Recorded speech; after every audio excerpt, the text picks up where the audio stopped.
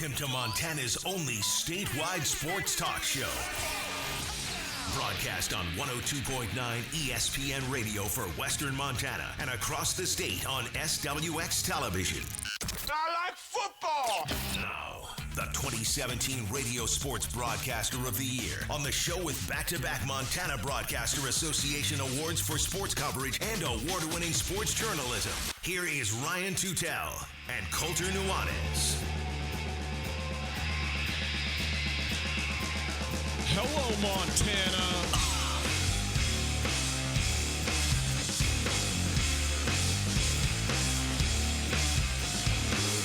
NBA free agency, not the big name.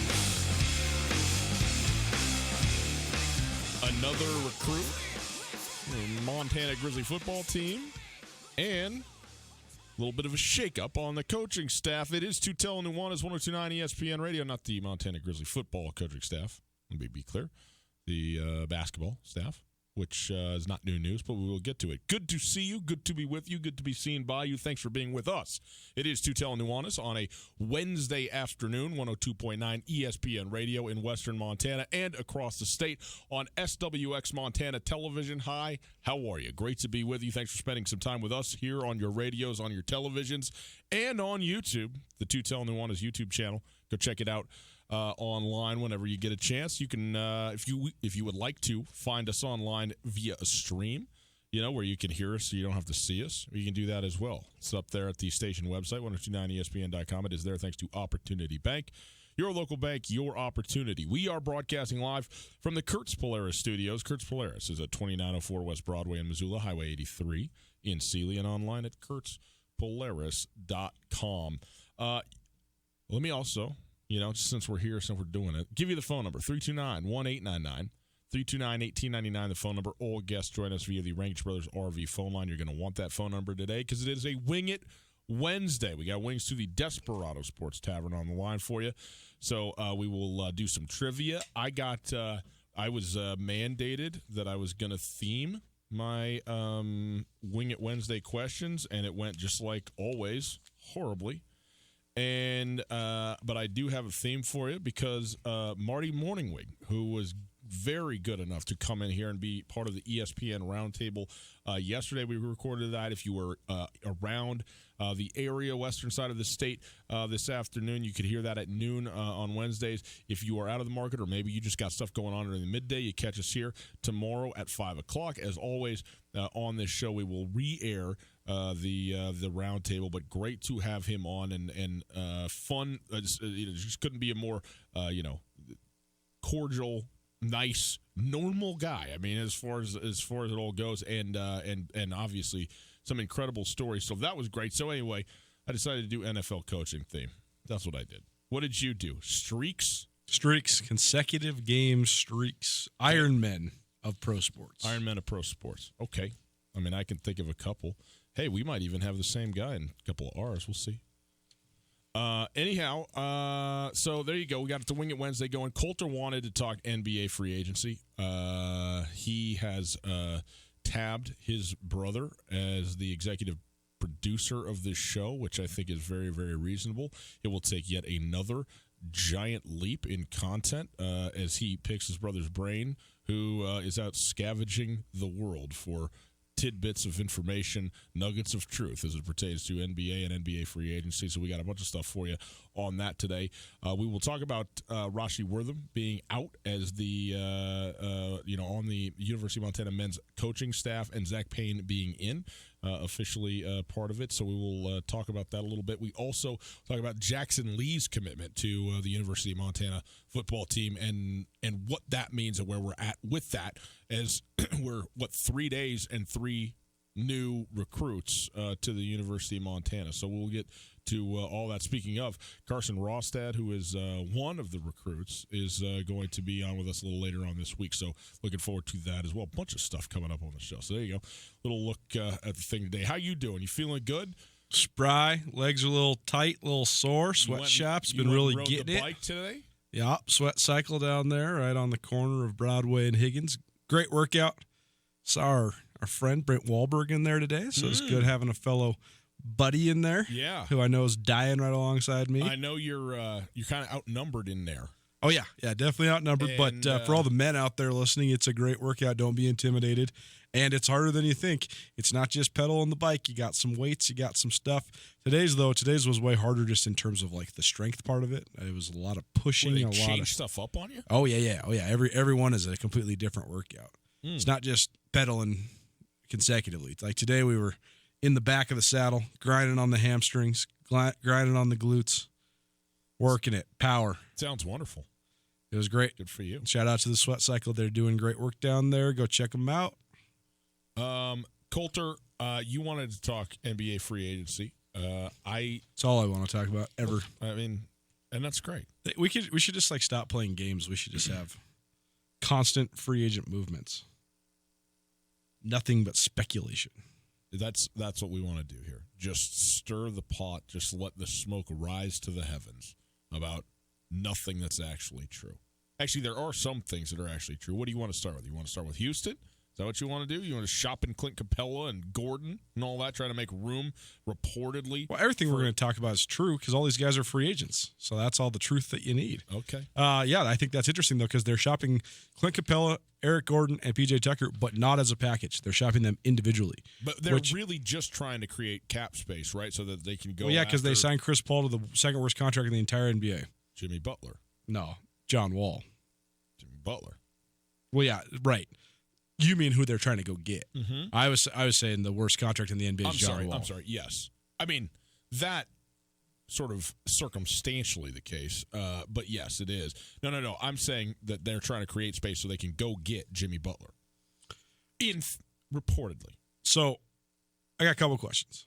Okay. First of all, when you have James Harden, that's your team. That's who you're going to build around. So you got to find guys that fit him. I don't think Chris Paul is one of those.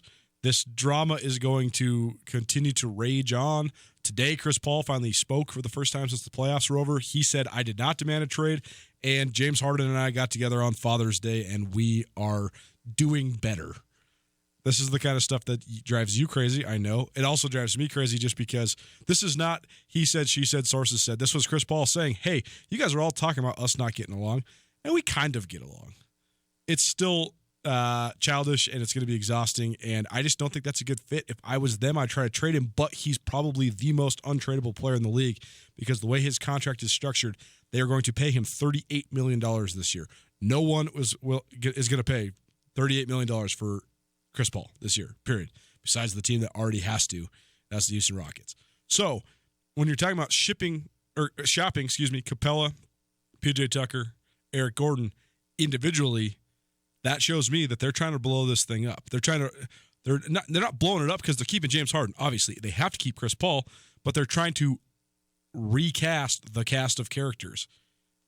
That's fine. I think that's probably what you should do if you feel like you are stuck. But I want to know, first of all, what you think of that. Just the fact that they are going to get rid of, because of the quote unquote problems that the Rockets have. The three guys that they're actually shopping are three of the non-problems. Those guys are all actually good role players that fit well with James Harden. So I want to know what you think of that. And secondly, I want to know what you think about Jimmy Butler. Because to me, James Harden is probably the hardest guy in the league to play with for specific types of players, including Chris Paul. I would put Jimmy Butler on among the list of players that are not going to fit well with James Harden. So it just seems as if that's a bad fit. Completely agree. I don't know why Jimmy Butler would be the guy that you would be reportedly setting your sights on. Maybe there's something there that we don't know about. The other thing is like not just basketball-wise, right? But Jimmy Butler has been, a malcontent at times in places that he's been too. And so if you're talking about an already, potentially not perfect situation interpersonally, and then to add somebody who is, called out teammates at practice, basically done everything you need to do to get fired, a.k.a. in this case traded from the Minnesota Timberwolves, and even in Philadelphia had a couple of moments of openly questioning how they were playing and what they were playing and so forth. I don't understand it. I really don't. And so, I mean, he's a great player, and from the we're better with more great players file than we are with less, then that's fine. But in fact, our good buddy, former co-host of this show, Tucker Sargent, called me unsolicited today. Why do the same guys keep getting just treaded all around the NBA? And look, Jimmy Butler's a very good player. He is. And here's my problem with Jimmy Butler, I think. My perception is that Jimmy Butler wants to be the best player on a team, wants to be the guy on a team, and thinks that he can be the guy on a team that wins and maybe wins big and maybe wins the whole thing. He can't be. If he's the best player on your team is not going to win. Not win in terms of like you could be winning a playoff team and all that kind of stuff, but you are not making a run to me at a championship with Jimmy Butler as your best player. Totally. But also Jimmy Butler then as a second or third best player doesn't like it. So it's a catch-22. But I also think that Jimmy Butler's never been in the right situation because when you're in Minnesota, like Karl Anthony Towns is, I think, unquestionably one of the 10 most gifted players in the league, but he's not one of the 10 best players in the league because of just the way he is, the way he carries himself. Now, he's very young. He could develop. You can't teach what he's got. Yep. He has 3 or 4 guys in the history of the league have had that. Being able to play in the post, face the basket, run the pick and roll, run the pick and pop, pass, rebound, shoot the three. I mean, he can do everything. And watching him is so maddening because he literally goes 25-12 without trying. And when he really doesn't try by his standards, he still goes 18-8. And you're like, dude, if you just tried, you could be Giannis. Well, and the trying isn't even on the court, I think. I mean, I think been a lot of questions about this is what part of Jimmy Butler's tirade in Minnesota. He's like, and this is what he said. He said, who's the most gifted player on our team? Hands down, Big Cat. Right. If he worked the way that I work, be the greatest player in the NBA. Right. And so that's what I'm saying is, AKA he doesn't, AKA he's lazy, AKA whatever. You got to remember where Jimmy Butler came from. Jimmy Butler comes from the streets of Dallas. Jimmy Butler was a junior college player who had one Division I offer come out of junior college to go to Marquette. Jimmy Butler was a second-round draft pick. Jimmy Butler has made himself into an all-star. Mm-hmm. He's one of the rare stories in the NBA. So, of course, Jimmy Butler is going to be, discontent with the players on his team that don't work as hard as him, given the opportunity. I mean, on the flip side of that, Karl Anthony Towns is the number 1 player in the country when he's 15 years old, and he's the number 1 draft pick. This is all without him ever playing with a fire underneath him. So, when you talk about playing in Minnesota, which has got to be trying when you're from Texas, playing with Karl Anthony Towns and Andrew Wiggins, no doubt 2 of the most maddening guys in the league because both of those guys are ridiculously talented. They're maddening guys. And so, of course, Jimmy Butler's a malcontent there. And then you ship him to Philly, where he plays with a point forward, point guard guy who literally can't shoot in Ben Simmons, a dominant on-the-block center that you have to throw the ball to because he's one of the 10 best players in the league in Joel Embiid. And then you go trade mid-season for Tobias Harris, who's also an isolation-style player. So I guess what I'm getting at is I think that maybe the malcontent that is Jimmy Butler is a little bit overplayed just because of this. What you just said, I think, is by and large true. Jimmy Butler, if he's your best player, you're not a championship team. But Jimmy Butler is not going to be happy unless he is the best player. I think that's true unless he played with one of the elite guys. I don't think that Jimmy Butler is delusional enough to think he's better than LeBron James or Kevin Durant. Yeah. So if he paired with one of those 2 guys, I mean, I have said for the last 5 years that I thought one of the best guys to pair with LeBron James, it's not all the guys everybody always talks about. It's Jimmy Butler. Because LeBron can play with ISO-style players like Jimmy Butler. LeBron is a pass-first player. So Jimmy Butler and his catch-and-shoot ability is great. And Jimmy Butler is a straight dog on defense. And LeBron has never played with a dude who can guard on the perimeter like Jimmy Butler. So I actually think that Jimmy Butler could transform the entire narrative of his career if he pairs up with one of the guys that is definitively better than him. Yeah, well, the problem is, though, if he goes to Houston, he is with one of those guys, but I don't think he knows it. And then second of all, they're already he's back into a situation where basketball-wise, it probably doesn't work. Well, and Harden is so much different than some of the other guys you could name, not just in personality, but just in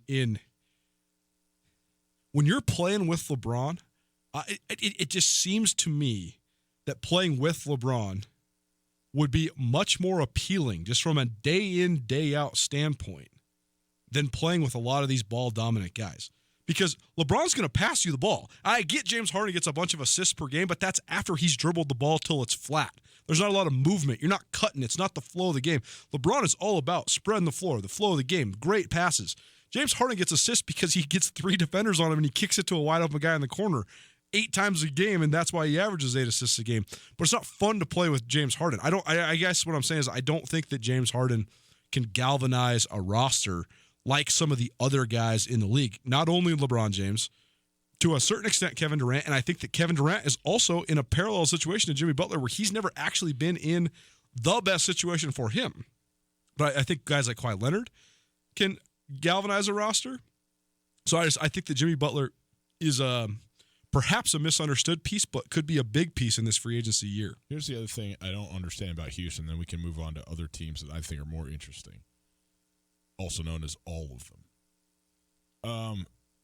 Why you want to shop Clint Capella, I don't understand.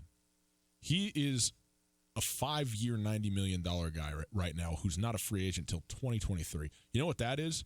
A screaming deal that you got. I mean, it is an absolute highway heist for what the market's about to be. Yes, I mean, what the market is. Harrison Barnes is about to get $25 million. Clint Capella is way better than Harrison Barnes. It's $18 million a year is what Clint Capella is getting, which is what like guys like Wilson Chandler are getting paid right now. And by the way, Robin Lopez. I think you probably have Clint Capella over Robin Lopez. I've said this before. I think Clint Capella is as suited to play the way that they play in Houston as he is anywhere. Like I don't think he's going to go someplace and be better or even as good as he is in Houston. So you are, to me, maximizing an asset both in terms of the style that you play and the things that he does really well and the value that you're getting for him financially. So clearing that off the books, first of all, isn't that substantial a move compared to, high-end top 3 starter type of money at this point in the NBA. Well, you do have to clear that if you want to get a third max guy because they already have 2. No, I mean, you got to clear it out. You have to clear some of it out. And I don't know if Capella is the 3rd highest paid player on that team. I don't think that he is. But you would have to make several moves, and that would mean moving guys. I just think, here's the thing. Would you rather have – we're both in agreement kind of on the Jimmy Butler thing, but in a vacuum, say nothing about the style of play or whatever it is. Would you rather have Jimmy Butler for 35 or Clint Capella and a $20 million player? Well, Clint Capella and Eric Gordon is a $20 million okay, player. well, and Eric Gordon is I like Eric Gordon. I think he works. I think he works well in Houston. If they want to move on from Eric Gordon for the contract space, I get that. The one thing I don't understand. The one thing worth considering is that this new position of rim runner, this new position of guys like Capella, like DeAndre Jordan, guys that are uber athletic that don't have a ton of offensive skill except for to run the pick and roll and get to the hoop, and they can dunk alley oops all day long, but they're elite rebounders and they're good rim protectors. This is why the league is so fascinating. I always say the NBA evolves more rapidly and more often than any other sport on earth, period. And there's always a next step. As soon as something becomes in vogue, it changes. So we had this influx of guys like that, like the guys I just named, and Rudy Gobert and Thaddeus Young. What happened in the playoffs, though? The guys that are the rim runners like that, when you get into a series with Damian Lillard or Stephen Curry or, even D'Angelo Russell, Kyrie Irving, you can't play Clint Capella. Clint Capella did not play in that series against the Warriors. You can't play him. But what you're saying, though, is then that the style of basketball can't win. Because and maybe that is that. Maybe well, I think it just makes it so that those guys they peaked in value already, and it's been a stark. I mean, Rudy Gobert is the defensive player of the year. Rudy Gobert lost the Utah Jazz the playoff series that they played because Rudy Gobert could not guard the high pick and roll. All I'm saying is that Clint Capella for what Houston wants to do is the ideal role, and to not have. if they can't win with him, then they can't win playing the basketball that they're playing. What, isn't that what Daryl Morey's saying by shopping these guys? Perhaps. I mean, they've already they have obviously not extended Mike D'Antoni, who was the coach of the year last year or the year before, one of the last 2 years. 3 years ago. Okay. Because it was Dwayne Casey last year. And he and so maybe that is the message that's being sent. Let's rip through a couple of these other free agents because I think that I think that the three biggest headline makers in this free agency, because this is perhaps the most widespread free agent class in the history of the NBA. Kyrie Irving, Kawhi Leonard, and Kevin Durant are all getting a ton of attention. Obviously, it changes every day who's going where. We've heard that Kyrie and Kevin Durant to the Knicks. Now it seems like Brooklyn has the inside track on Kyrie Irving. Kawhi Leonard, he could stay. He could go to the Clippers. He could go to the Lakers. Kevin Durant, he opted out today. That's one fact that we have. He declined his player option. He opted out, which means whoever is going to take him is probably going to have to take a risk signing him to a long-term deal with the uncertainty. And I'm sure that Kevin Durant, given his work ethic and resources, will come back from that injury. But there still is an element of uncertainty with 6'11" guy with a torn Achilles. But those three guys are the prime example of what you're talking about, where it's almost exhausting to try to talk about anything with them because it's just speculation. I think it's a little bit easier, not necessarily to discuss where they're going to go, but where they fit best with some of these other guys. And I think some of the other guys are the ones that are actually going to be the deciding dominoes. The initial dominoes are going to be those three superstars. But the guys who reshape the league and the guys who are the additions to who comes out and pursues an NBA championship, those are the most interesting guys to me. Klay Thompson is obviously one that is very compelling, especially given his injury. All accounts say that Klay Thompson is going to re-sign with Golden State. If he didn't, though, I think there's some compelling places he could go, specifically the Lakers. Thoughts? No, I got no thoughts. He's going to Golden State. Okay. D'Angelo Russell, I think, right, like Ryan Russillo said on his podcast earlier this year, he said, I can tell if you watch the league by asking you what you think of D'Angelo Russell. Because if you say D'Angelo Russell sucks, you haven't watched the league except for when the Lakers are on TV. If you say D'Angelo Russell is really good, I know that you watch the league. In other words, you watch the Nets on League Pass. I think D'Angelo Russell, though, is a very compelling piece because I think D'Angelo Russell has a ton of potential. Let me ask you this. You got a big list here, long list of guys. Yep. Who do you think is the most valuable free agent that's not one of the three?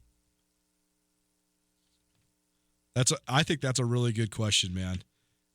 I think that this is probably going to surprise you. I got two. I can't pick one. I got two. Okay, tell me two. Kemba Walker, Chris Middleton. I think that Kemba Walker is probably the best of these guys. Yeah. I think that Kemba Walker's the hardest to make fit because I think that Kemba Walker in LA with the Lakers is bad. I think if Kemba Walker's the number one with the Clippers, I think you're stuck in 8th place. I think if Kemba Walker goes to the Celtics, though, I think that's incredibly fascinating because we've seen what Brad Stevens has done with Isaiah Thomas and then Kyrie Irving. Those guys have had career years under the guy who's widely considered the greatest point guard coach in the world. Kemba Walker could absolutely slay in Boston. But I think if Kemba went to the Knicks and they didn't get anybody else, they're not even better than the Hornets. And I think if Kemba Walker stayed, I mean, it's hard to decline the Supermax deal like Kemba Walker is going to be offered by the Hornets. But I agree with Chris Middleton because I think Chris Middleton is one of the only non-ball dominant guys on this list. And Chris Middleton is the opposite of Kemba Walker. He fits anywhere. You put him with anybody, and he's going to play defense and he's going to make threes. Totally agree. The two guys I was going to name, and I totally agree with Chris Middleton. Yeah. The two guys I'm going to name are going to surprise you. They are way down the list in terms of their actual I shouldn't say talent because they actually have as much talent. They're just old. It's Al Horford and Paul Millsap because those two guys know how to play. They know how to win.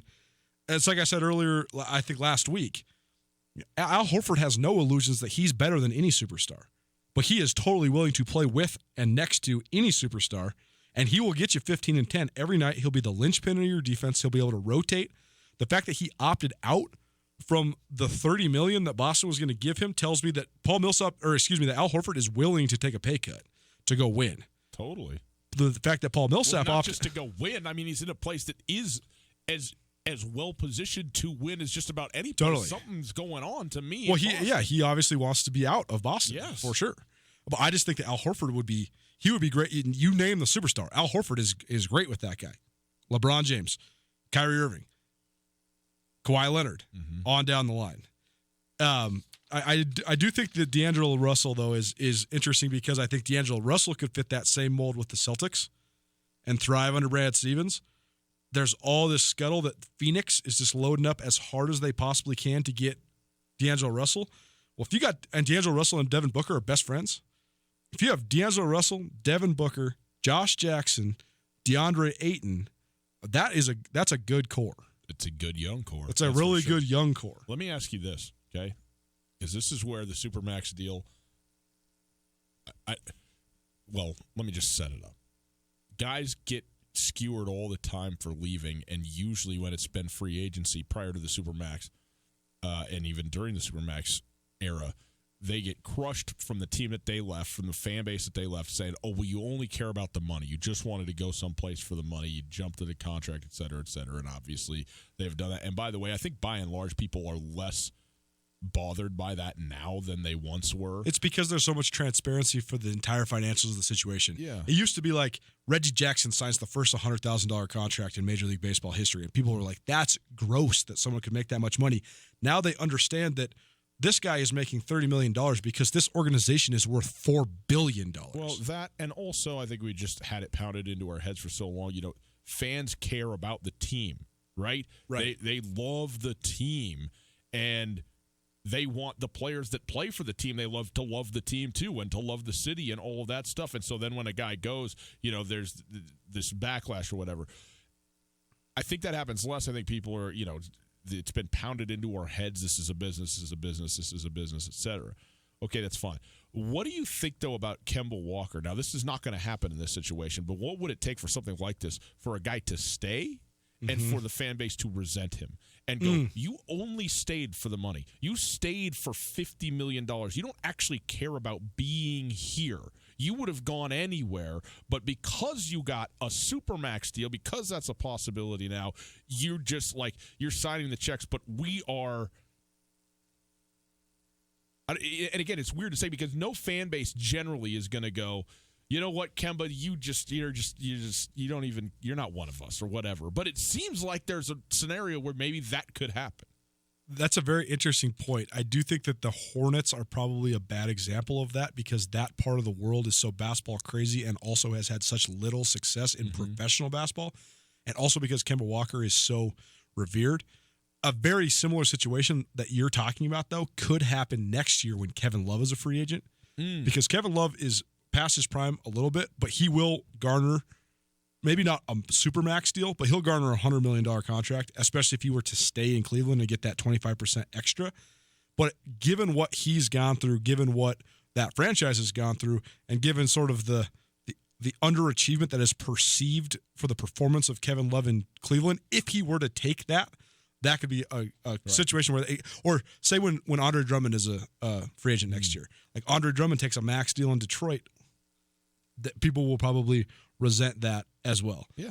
It's just now, I mean, it takes two, right? I mean, the player doesn't just call his shot and get a max or supermax deal. The team's got to offer him that. But, you know, at some places, guys are beloved, and especially a guy. Your examples are better because Kemba's only ever played in Charlotte, and so I think, I mean, he is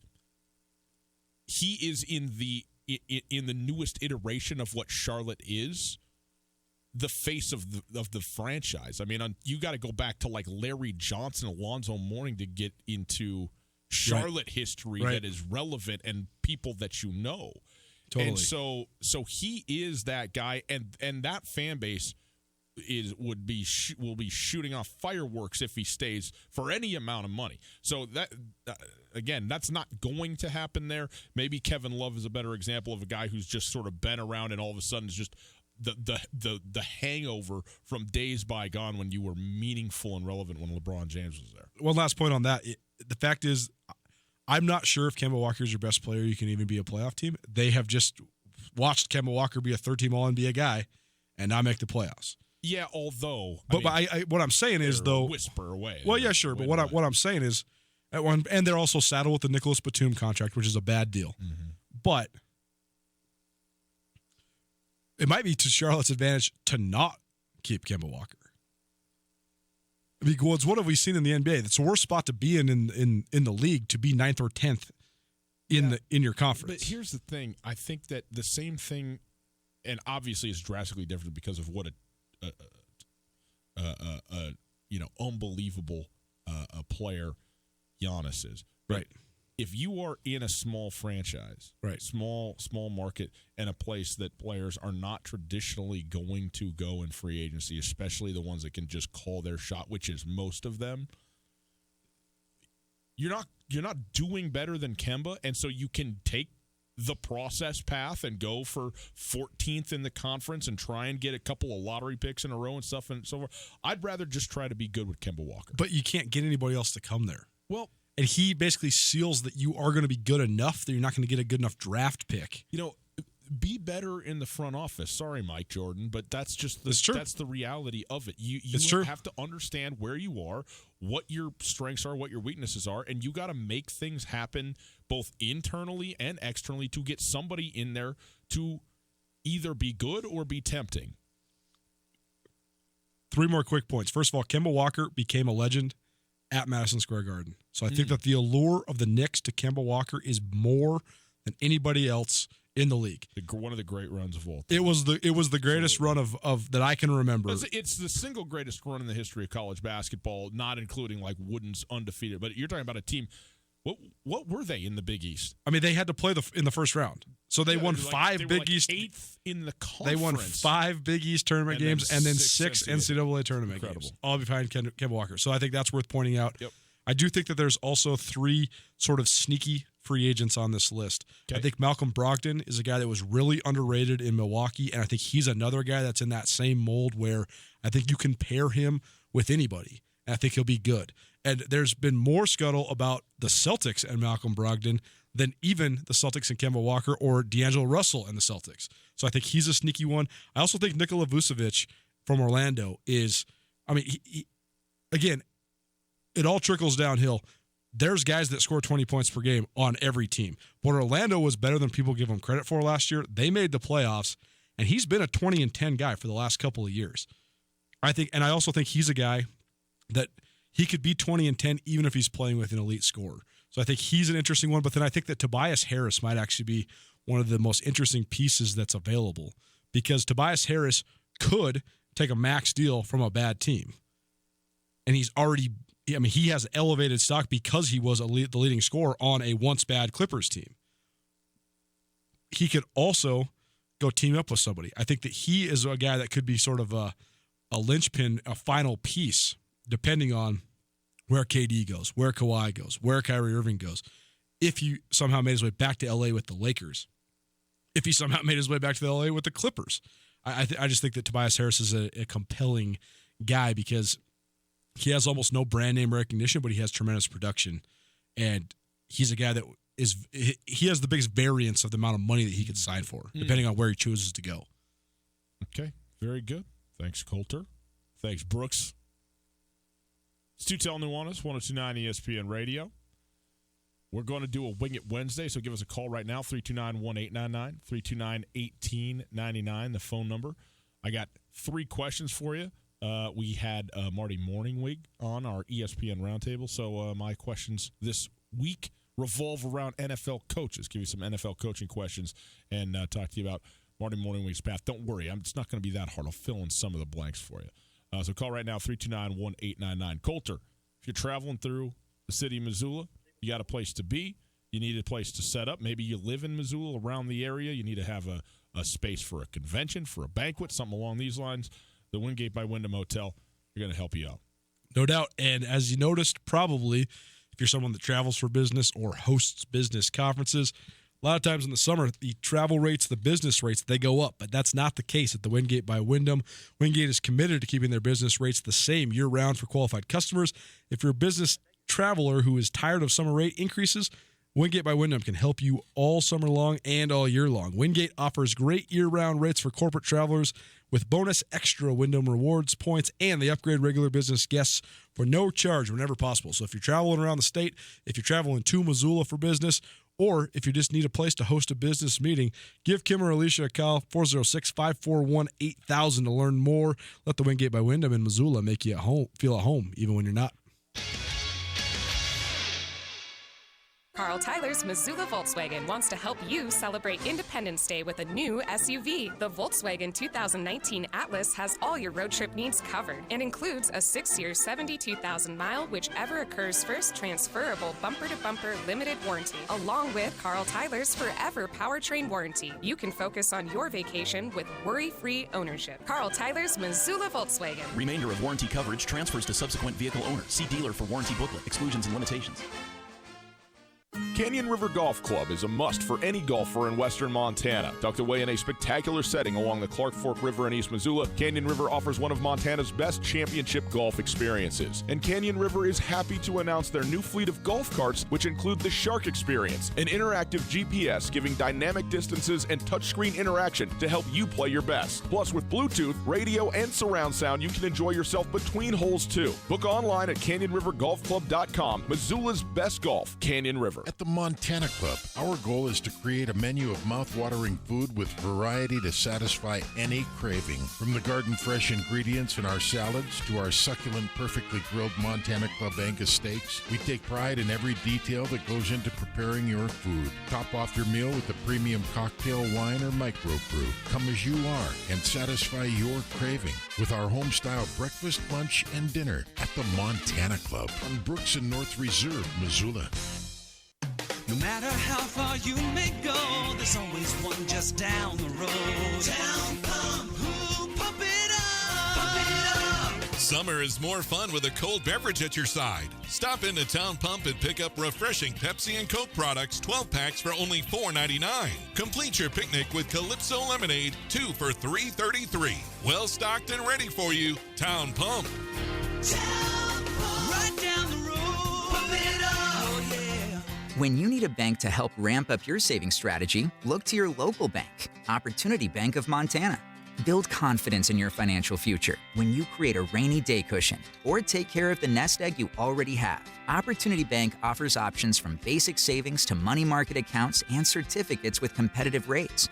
There's nothing like the feeling of progress, so let's get started today. Come see us at Opportunity Bank of Montana. OpportunityBank.com. Member FDIC. Here at Florence Coffee, our Huckleberry Lemonade is a favorite to our lineup of refreshing summer drinks. For a fun twist on my favorite drink, you can get it made with our house-brewed iced black tea or soda water for a fizzy treat that's sure to beat the summer heat. So stop by any Flowco locations throughout western Montana and visit FlorenceCoffeeCo.com. The best flavor under the big sky, Florence Coffee Company. ESPN Missoula Sports Center. Good afternoon, Ryan Tootell, Colter Nuanez, 102.9 ESPN Sports Center. The Grizzlies' strong week in recruiting continued as a pair of the top football prospects in the state added to Montana's haul. Less than a week after securing a verbal commitment from Hamilton quarterback Carson Rostad, the 2018 Montana Gatorade Player of the Year, head coach Bobby Houck landed verbal commitments from Kalispell Glacier wide receiver, cornerback, and quarterback/cornerback Drew Deck, and Missoula Sentinel wide receiver Jackson Lee. Each announced their intention to join the Grizzlies Thursday afternoon. Lee is widely considered one of the top prospects in the state of Montana. The 6'1", 175-pounder was an all-state player on offense, defense, and special teams during the Flint Creek Titans' run to consecutive Class C state championships. Over the last 2 seasons, Lee earned 5 different all-state nods total between his work as a slot receiver, defensive back, punt, and kick returner. Last season, he picked off, you ready for this, 13 passes in 1 year. He transferred to Missoula Sentinel in the offseason and will compete for the Spartans next fall. Seems a little selfish. The 5'9" Deck caught 55 passes for 781 yards and 7 touchdowns in 10 games last season for the Wolfpack. In 2 years, he has 80 receptions and over 1,000 yards and 2 scores. Last spring, Deck claimed the Class AA state championship in the 300-meter hurdles. He joins 5 other Glacier graduates on Montana's roster. Finally, the Missoula Osprey got a 9-6 win over Billings last night. Rubber match tonight.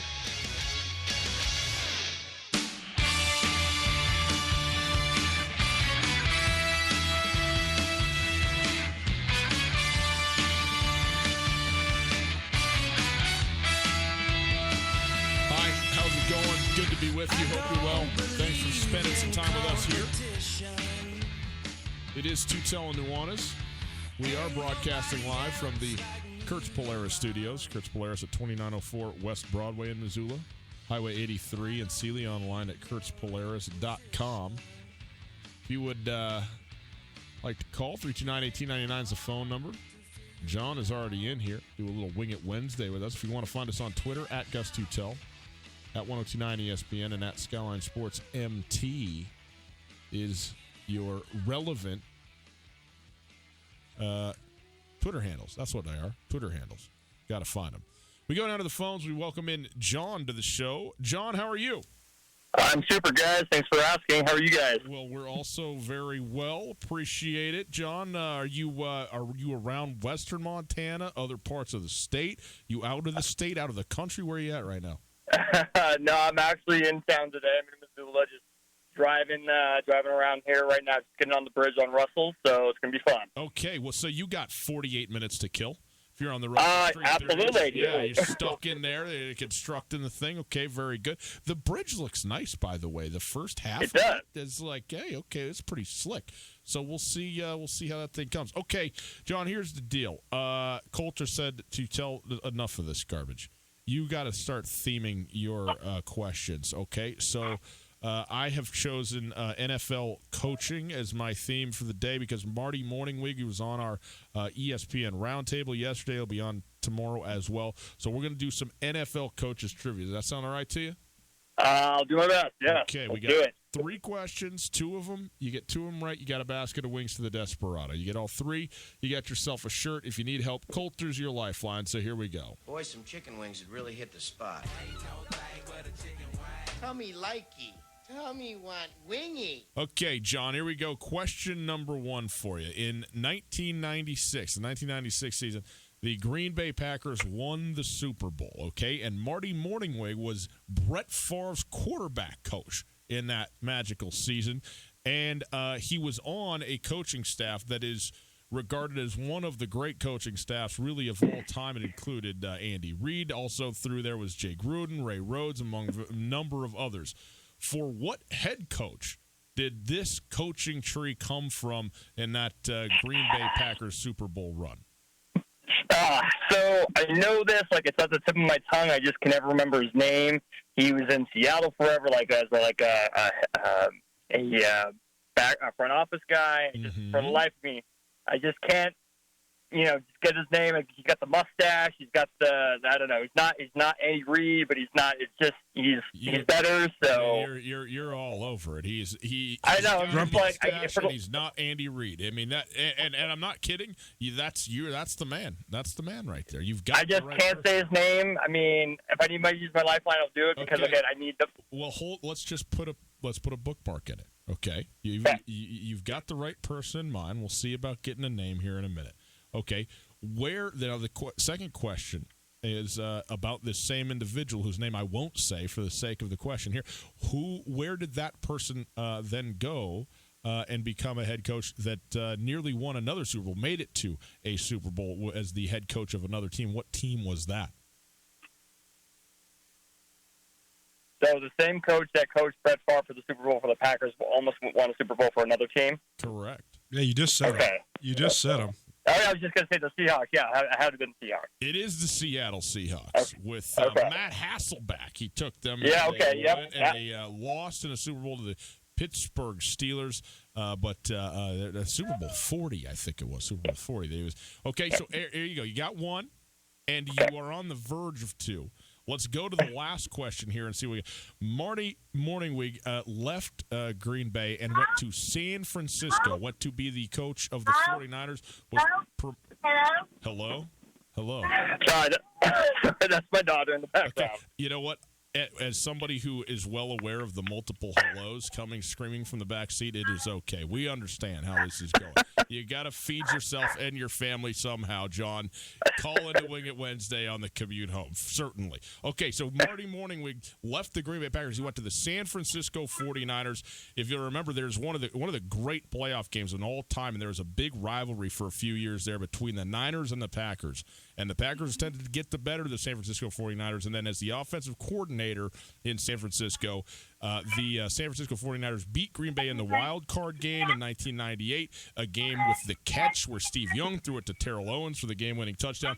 Who was the head coach of the San Francisco 49ers in that season that Marty was the offensive coordinator for? Was that Steve Mariucci? It was Steve Mariucci. Very good. I thought that was going to be the tough one right there. Right? See, I just great. But... Yeah, no, I mean, for some reason, Steve Mariucci, ever since he's, like, left there from the NFL Network, he's always just, like, always on the mind there somewhere. Yeah, that's right. Top of mind was with Mooch, no doubt about it. All right, well, guess what? You still have a lifeline, and we can go back to the first one. Colt, you want to help him out with the name? Yep, get him the name, get him the shirt. Mike Holmgren. There you go. Thank you. Yeah, I was going to say Mike Sherman, but like that's not right. That was like later Packers coach. That was later Packers coach. Also a Packers coach. You're right, but not at that time. John, congratulations. Give your information to Reese there, and we will get you set up okay with the shirt and the wings. All right, well done. Fantastic. Thank you, guys. Thanks, John. Excellent job by John. Steve Mariucci right off the get. See, how long was Mooch the head coach in San Francisco? Maybe I'd say 4 years. 4 years, right? Yep. Something like that. It was Bill Walsh, George Seifert, Steve Mariucci. Okay.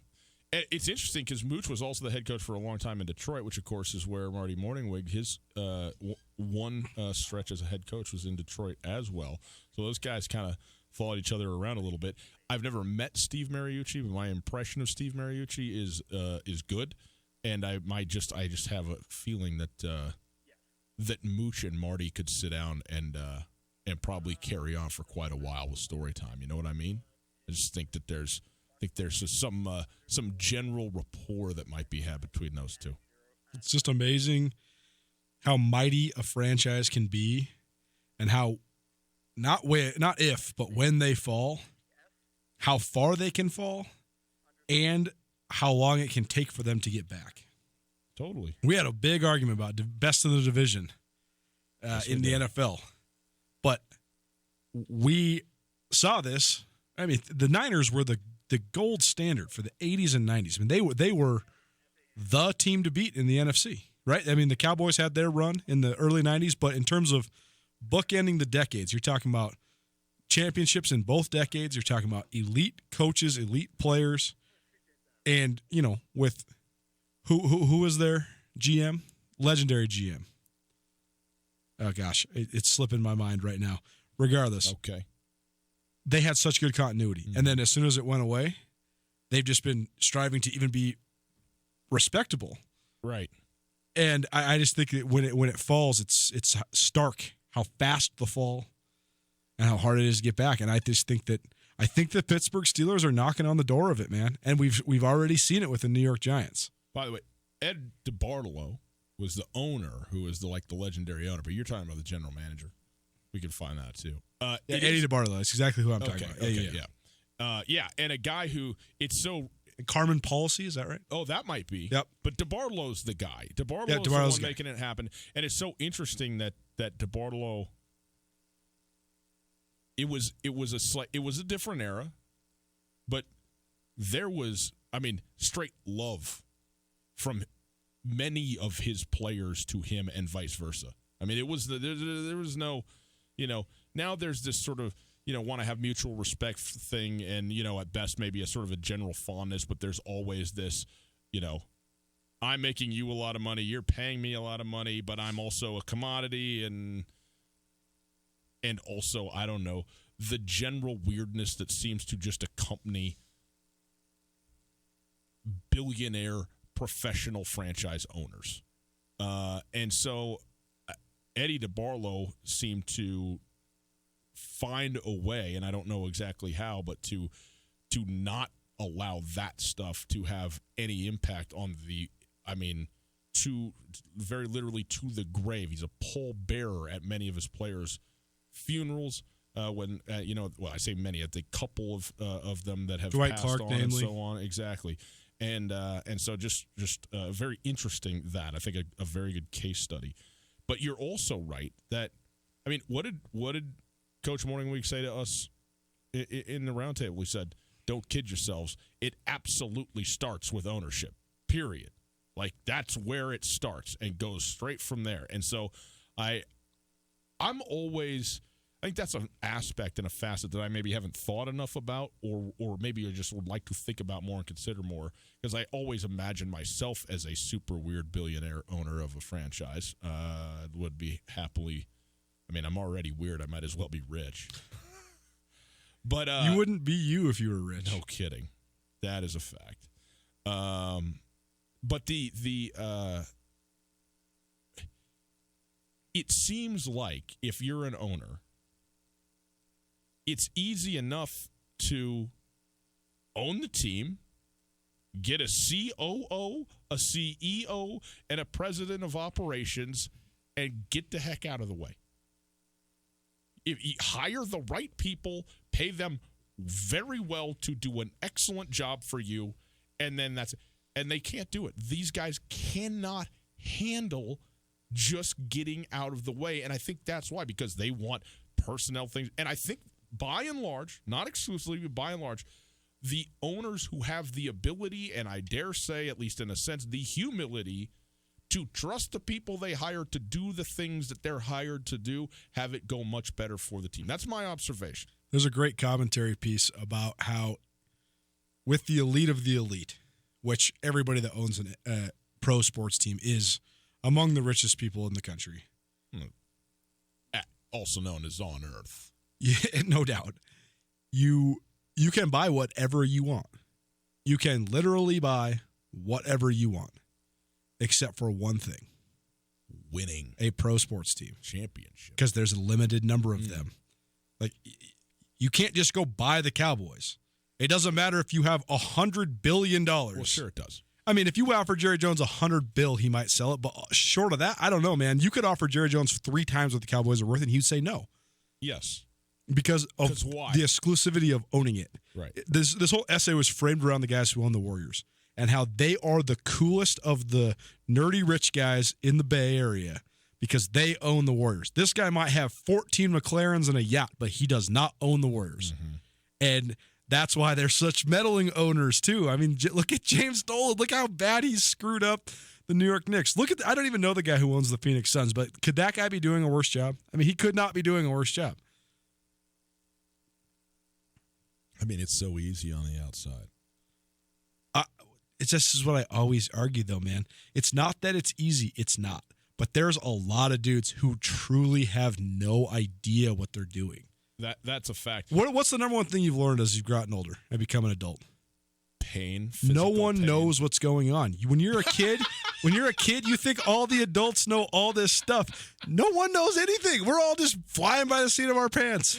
You're a teacher because you get 3 months a year off. That's why you're doing it. Just tell us the truth. Exactly. It's just like we think that this guy who's the GM of said sports franchise, like Jerry West is better than everybody else at his job, which is why he's been the best GM in the league for 25 years. There's a bunch of dudes who I truly think this.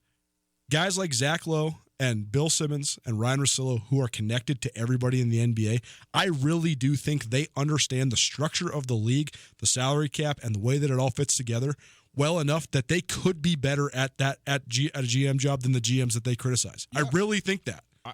I mean, Mike Mayock is the GM of the Oakland Raiders, and I don't think it's outrageous because I do think Mike Mayock probably understood it better than the guy who preceded him in that job. Yeah, I know we're late, but just to put a fine point on it and bring it back to a local thing, a state thing, the Missoula Osprey it had an ownership change this offseason, and the new ownership came in with a lot of vision and some money and wanted to do some things and change some things, and also wanted to be the owner of a team. And if you go to Osprey Field, down to the Ogren Park and Allegiance Field, you will see a beautiful video board that is there. That is a tremendous upgrade to that stadium, and frankly, at this point, to the community. I mean, what you can do as a matter of sort of civic experience with that, not just for baseball, is significant. The food and the drink situation has been changed significantly to add to it, to do some different things. Some things like ticketless tickets, moving it from paper tickets to online or on your phone, that kind of thing. It's these, I wouldn't say they seem insignificant. You would be shocked, and I've been front and center to this, to see how much has to get done by how many people to make that happen. And then to do all the things that you need to do anyways, just to open a ballpark to 2,000, 2,500, whatever it is, fans in an evening, to get them fed, to keep them, safe and order, whatever it is. It's a big operation, and then to start changing things around is so much more involved than anybody, I think, would ever realize or understand. And we're talking about at the second, at a rookie A-League baseball of a couple thousand people, on a good night, actually, 2,500 people, I think, is close to capacity. So 15 to 2,500 people to do that. And it has been, I think, a lot of good changes. And I know it's also been very difficult and a lot of hurdles to hop over and a lot of unforeseen things. Taking over a professional franchise, talk about all the apparel, all of it. I mean, it's a stunning amount of work, and I probably undersell that side of it because I'm only thinking in terms of the product on the field, when really what we're talking about is a brand and an enterprise that is a global one. Right. But there's also, but also, so focus on the food and the clothes. Sure. And let the people who do the sports stuff do that. Totally. Yep. But then there's also just things that happen in pro sports, like the guys that have the jobs, they just truly don't understand. Like last year, the Phoenix Suns could have had Tyson Chandler's expiring contract. They would have had a free $18 million in cap space. Free. And they bought him out. They did the opposite of what the stipulation in the rule grants you the privilege to do. They took $18 million and flushed it down the drain. Mm-hmm. How is that possible? You, me, or anybody in the world would not do that, and they did it. And that's how incompetent they are. I don't know. How did the didn't the Broncos fax the free agency thing in 2 minutes too late to miss the free agency deadline for Elmo Stuberville? And then he went to the Ravens because they straight up didn't get him the contract in time to sign it. How? It's impossible. It's impossible. Good news. Missoulians can finally move into what we love best, being outside. Garden City Paint and Glass can help you get a head start on all those outside home improvement projects. Now is also a great time to start getting a jump on cracked windows and broken screens. Enjoy up to 25% off select products. And be sure to watch for PPG rebates to help the job along. Look good, stay comfortable, and keep energy costs down at Garden City Paint and Glass. 3217 Brooks or 549-0608. In Western Montana, we know shopping local matters, but we also know that you're going to pay more for the quality and customer service that comes with it. Well, not at Selway Armory. Selway Armory is locally owned with a staff of specialists that can answer any question. In addition to the expertise, though, Selway Armory also has a bigger selection and, are you ready, lower prices than the box stores. When you're in the market for firearms and accessories, save money with the experts at Selway Armory. Selway Armory, 2825 Stockyard Road, Unit E6, and online at selwayarmory.com. Hey folks, Ryan Tootell here with Josh from The Advocates. If you've been in a car accident and need help dealing with the insurance company, you should give The Advocates a call. It doesn't cost anything at all to call, and I'd be happy to talk with you about your situation. You don't want to have to be dealing with contacting the insurance companies and setting up your claim. We can do that for you from start to finish. We'll take the hassle out of the process so you can just focus on getting better. There you go, folks. If you've been injured in an accident, give Josh a call, 640-4444, or online at montanaadvocates.com. There are a lot of lawyers, but you deserve an advocate. This is Mike Nugent with Berkshire Hathaway Home Services. Berkshire Hathaway provides Western Montana with full-time real estate professionals for you whenever you need us. Our reputation as the state's most knowledgeable and available real estate group has helped build unmatched trust in the Garden City and statewide. If you have been thinking of making a real estate move in the short or long term, give me a call. No pressure, no expectations. Just professional opinions and service at whatever pace you are comfortable with. Give me, Mike Nugent, a call today, 531-1802. And remember, every question is good to ask. Still emerging from your winter hibernation and need to get your bearings straight? Cruise on down to Port of Missoula for all your spring and summer needs. Come check out their men's and women's streetwear, sunglasses, and shoes from brands like Vans, Adidas, Thrasher, Volcom, and the original Port of Missoula brand. They also have all your skating needs covered, from tune-ups to fresh-made custom boards. Port of Missoula, Missoula's original board shop since 1989, on the Hip Strip, 618 South Higgins. Tootell and Nuanez on 102.9 ESPN Radio for Missoula. They always say congratulations. Work so hard, forgot how to vacation. Tootell and Nuanez. All guests join the show on the Rangage Brothers RV phone line. Broadcasting live from the Kurtz Polaris studio on ESPN Radio in Western Montana and across the state on SWX television. Here is Ryan Tootell and Coulter Nuanez. We're late. As usual, show that we had very little to talk about. We've done 2 segments in an hour. Whoopsie daisies. Somewhere, Tommy's shooting Tabasco sauce out of his fingertips.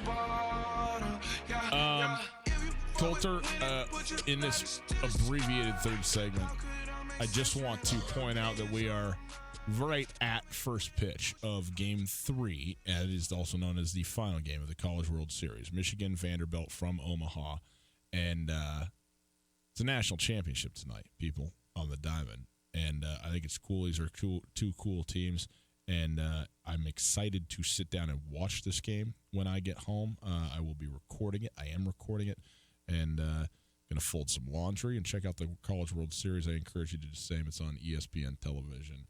Shout out Bill Lamberty. He's back. He's back from vacay. Didn't get to stay till the end. Shout out Bill Lamberty. Shame. Every year out there to Omaha. So good for him. All right. Hour 1 of the books. Hour 2. Straight ahead. Some coaching staff stuff. Some high school signing stuff. And maybe some recruiting stuff next.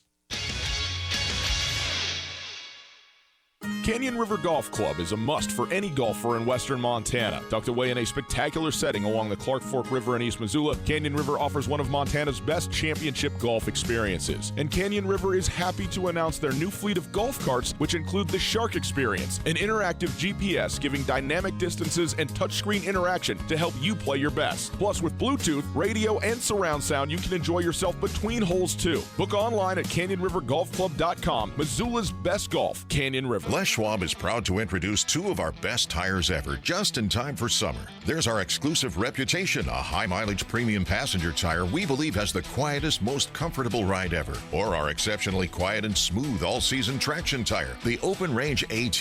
Get $50 off alignment when you purchase a set of 4 Open Range AT or Reputation tires. Book an appointment today at leschwab.com. Les Schwab Tires. Doing the right thing matters. Cannot be combined with other offers. Limited time only. See details at leschwab.com. On Russell, across from the fairgrounds.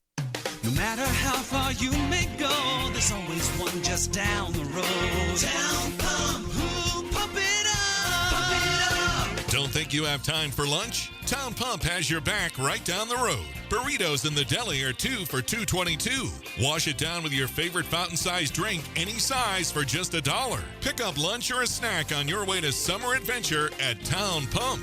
Town Pump, right down the road, pump it up, oh yeah. Hey everybody, here with my good friend Josh from the Advocates Injury Law Firm. Josh, if I've been in an accident, how much is it going to cost me to hire you? Well, we take cases on a contingency fee. And what that means for you is that if you're hurt in an accident, we only get paid if you make a recovery. You'll never owe us anything out of pocket. What about the call for a consultation? That's not a problem. We don't charge anything for an initial consultation, so you have absolutely nothing to risk by calling us. If you're injured in a car accident, call the Advocates, 640-4444, or online at montanaadvocates.com.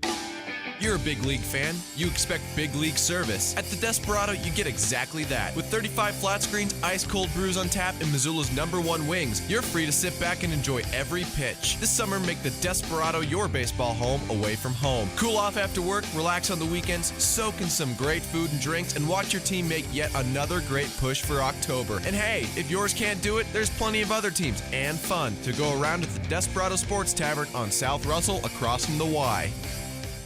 Hey, Tootell, Nuanez here. Can't tell you how many times we've heard the face for radio joke since we came on SWX television, but it's been a fun endeavor so far. And now our esteemed producer Tommy is pushing the envelope even further. We got our own YouTube channel. That's right. If you want to watch us every day from your computer, your tablet, your cell phone, you can check out Tootell and Nuanez on YouTube. Tootell and Nuanez, live every weekday from 4 to 6 in the afternoons on 102.9 ESPN Radio for Missoula, SWX Montana statewide, and now around the planet Earth on YouTube.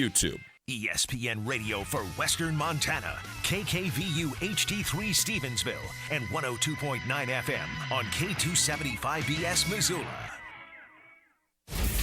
ESPN Missoula Sports Center.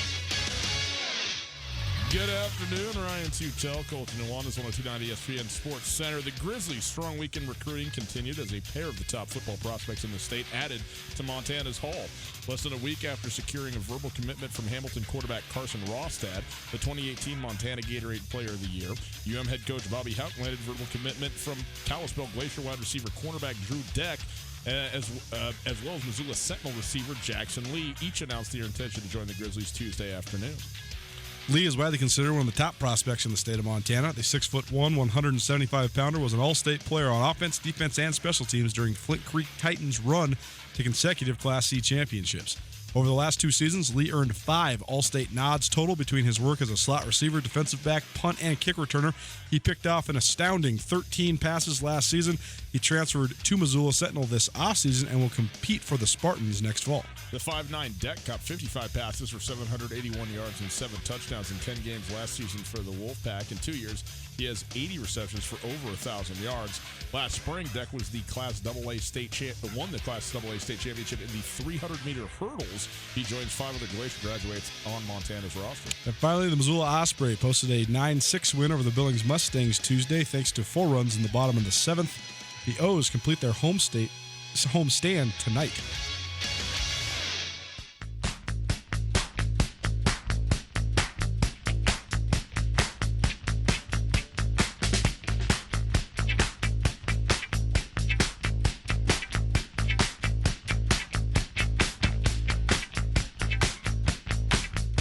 Hour number 2. Here we go. Tootell Nuanez broadcasting live from the Kurtz Polaris Studios. Kurtz Polaris at 2904 West Broadway in Missoula, Highway 83, and see it online at kurtzpolaris.com. You can find us on the web, 1029ESPN.com. There you can listen to the stream. The stream's available 24 hours a day, 7 days a week. You can listen live no matter where you are. Thanks to Opportunity Bank, your local bank, your opportunity. If you missed anything in the first hour, check it out on the podcast. The podcast is available on the TuneIn Radio app and on iTunes and on Spotify and wherever it is that you pick up your podcasts. The podcast is there thanks to the Wingate by Wyndham Hotels. 20 minutes from now, make sure you get ready to call 329-1899.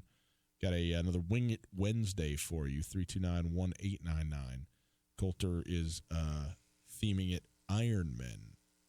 Right? Professional sports Ironmen. You got it. Streaks and so on and so forth. Okay. Yes, Coulter. A few corrections. This is as an old newspaper man, so we always have to run our corrections and or our omissions. PTI errors. I was somehow way off on that. Not way off, but Lexi Deedon, who we talked about yesterday, she's actually not Karen Deedon's daughter. She's Karen Deedon's niece. Oh, okay. She is the daughter of Karen Deedon's brother, Mike. Well, we are way off. Yes. So we did a good bit on Lexi Deedon, her commitment to Montana State, and the fact that she's played at Sentinel. And I think all the points that we made still stand, except for the fact that she's the niece of an all-time great women's basketball player rather than the daughter. But regardless, best select to her at Montana State. And all the nice things we said about Karen remain true. She's an outstanding player and an outstanding coach. Secondly, last week we had a really fun segment, which is actually, I've gotten talked to around town about this segment as much as any other fun summer segment we've ever done, and that was the best athletes in Montana right now. Mm-hmm. I went to a great cocktail party hosted by Jack Manning out there at Finn and Porter last week, and that was a topic of conversation on the whole deck, was just our greatest athletes in Montana right now, and it was fun to hear everybody's input, and there's some Grizz coaches down there and a lot of former great athletes in a variety of sports, and it was cool to just hear everybody's perspective. But one piece of feedback I got, and this was just a gross omission on our part, we didn't mention the rodeo guys. Yeah. And Jess Lockwood is the reigning world champion in bull riding, and Ty Erickson is the reigning world champion in steer wrestling. World champions. So we have to acknowledge those two guys because they are no doubt studs. And if you're factoring in the element of athleticism that is toughness, I'm not really sure who's going to beat the guy who rides. What's the stat? He's ridden how many bulls in a row, Jess Lockwood? He was 8 of 8 to start the 2019 season. I believe Lockwood broke his collarbone in February. So after he was off to a just piping hot start in 2019. And I'm not sure what his physical status is at this time. But you said, and this is the thing, you're like, how strong do you got to be to ride a bull? And certainly you do have to be strong. But really, it's your body composition is as important as anything. And really, some of these slighter guys who are able to, no one's holding the bull. You got to hold your dang self. Right. And so it's a lot harder to hold 200 pounds than it is to hold 140 pounds. Yeah, depending. But, believe me, I don't care if you're 15 pounds, you get on that thing. You get all the respect in the world from me. You're going to go out there and ride a bull for a living. Good gracious. So, those guys definitely deserve in on the conversation. I think we'll reopen that conversation at another time because, you and I, we put it together kind of day of. We're like, hey, this is interesting. You just brought this up. I thought, okay, that's cool. Pop some names down. See, but we should do a little more exhaustive, maybe a little more, research because we had a ton of. We probably went through. I bet we went through 30, 35 names by the time it was all said and done. And you're right, people were very much into that. So maybe we can get into that some more. And if you talk about strength, I think it's undeniable how strong you have to be to jump off the horse onto the steer and throw it on the ground. Yeah, Ty Erickson. It was one of the most memorable moments of my sports riding career when he was a senior at Montana State. The Montana State Spring Rodeo is a huge deal. It's a 4-day event. It's epic. If anybody gets a chance to go attend it at Brick Breeden Fieldhouse, it's so fun. It's indoor rodeo is just it's about as good as it gets. Yeah, no doubt. And I went out to the ranch where they kept their livestock and to interview Ty for a preview. And I'd never seen him. I'd never met him. I didn't really know what to expect. This guy comes riding up, and this cowboy gets off this horse, and this guy is 6'5", 265. His hands are, twice the size of mine, and he's lean. He's felt, and I thought to myself, he's the cousin of the Big Nells. So Mac Bignell, Sure, Nate Bignell, sure. Brian Bignell, all those guys. Those are his cousins. And all I kept thinking was, man, if this guy lifted like a football player, he's 6'5", 300 pounds. He's going to the league. But he's done just fine for himself, winning multiple world championships I'll tell you what, if steer he wrestling. lifted like a football player, there's no horse in the world that's going to be willing to let him ride it. Well, that's what he even joked that. He said, yeah, the best thing I got going for me is a horse that's willing to carry my big self around. Big self, indeed. It is Tootell and Nuanez, 102.9 ESPN Radio. All right, Coulter, what do you want to do here? You want to talk about Jackson Lee? You want to talk about Drew Deck? You want to talk about Montana basketball coaching? What do you want to do here? I think we should talk about Jackson Lee here quickly because this is just another piece to the momentum that is the in-state recruiting, and this is always, I would say the number one question we get asked out in the community, especially with me, a guy that goes between Bozeman and Missoula a lot. What do you think of the in-state recruits? Who's winning the in-state battle? And, a lot of times you have to really dive in to say, well, this kid's dad went to Montana, so he was going to be a Grizz no matter what. So even though they both wanted him, not really a recruiting battle. Sometimes it's like, well, this program wants this guy. They need this position, but this program, they didn't really offer him. So there's not really a battle there either. But when you're talking about the kids that are off the board as of right now, I have no idea if Montana State had any interest in Drew Deck. I'm not really sure if they did. I'm sure he was on their radar, but I don't think he was one of those early offers like they have had. But by no means a good get for Montana. But I can tell you for sure that Carson Rostat and Jackson Lee are widely considered the two best players in the state of Montana. And I know for a fact the Bobcats and the Grizzlies both offered Rostat a full ride. And I know for a fact the Cats and the Grizzlies both offered Lee a scholarship. And my sources say that it was not quite a full ride on the Montana State side of things. And as we know, we have some personal connections, kind of third party to Jackson Lee, but he's always wanted to be a Grizz, and he's waited for the offer to become a Grizzly. And when it came down, and then Bobby Houck said full ride, boom. Most kids now these days, I'm privileged to receive an offer from the University of Montana. A couple days later, I'm privileged to commit. Jackson Lee said, I was offered by the University of Montana, and I'm a Grizz. It was like, I offered, I'm in. You don't have to tell me twice. So, but it's also not a surprise too, insofar as he was there at the co-op, and it's a Western Montana co-op. I mean, all things considered, you're talking about Flint Creek, Phillipsburg, and Drummond, and so forth. But also, then when he transferred, I mean, he could have presumably transferred to any high school and any program in the state. He went to Sentinel. Sentinel and Dane Oliver have a very nice football program going. But Sentinel is not, historically and even to this day, is not probably in the top 3 programs in the state that you could go to. Bozeman very well might be. Billings West might be. And he came to Missoula, and I think that, that also is indicative, certainly to play for Coach Oliver's, outstanding, and also they wanted to be in Missoula. So you sort of see that sign early on something like that. It's hard to project kids. It's hard to project kids from Montana, period, a lot of times. But it's particularly hard when you're talking about projecting kids from the 8-man level, because it's just a different sport. Sure. And if you're a great athlete, get in space, you're gone. And that was Jackson Lee a lot of times. But with the way I try to break it down, especially skill guys at the 8-man level, is the first tackler. Because the first tackler is so much more important in 8-man, because you're going to have a lot less rally.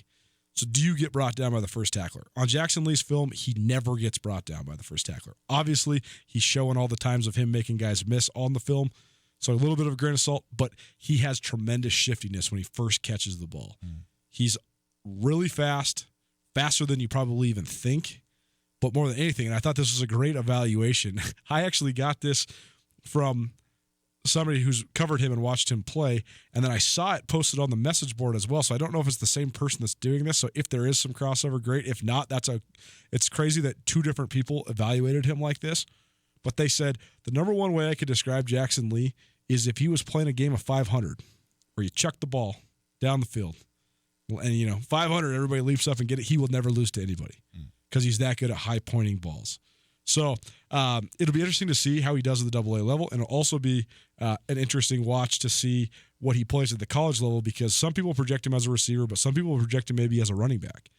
And I just think that he has a ton of potential, a ton of athletic upside. And if we know anything about this stuff, when you get a kid who's always dreamed about playing in the uniform, whether they're a legacy kid or a kid that just grew up as a Grizz or a Bobcat fan, those are the kids that just sell out, right? Those are the kids that maximize the potential. They're not going to go anywhere. I mean, it's like Cody Kirk at Montana State. He was, his uncle was a Hall of Famer at Montana State. He dreamed of being a Cat his whole life. He goes to Montana State as a walk-on, and he works so hard that by the end of the time, he scored almost 50 touchdowns, and he's one of the greatest running backs in the history of the Big Sky Conference. That's what you get out of Montana kids, especially ones that have the dream to be what they become. And I think Jackson Lee is in that exact situation with the Grizz. So this is a good get for Montana, and the optics of it now look really great when you're talking about the 2 surefire, 2 best kids in the state, both coming to Montana and committing in the same week.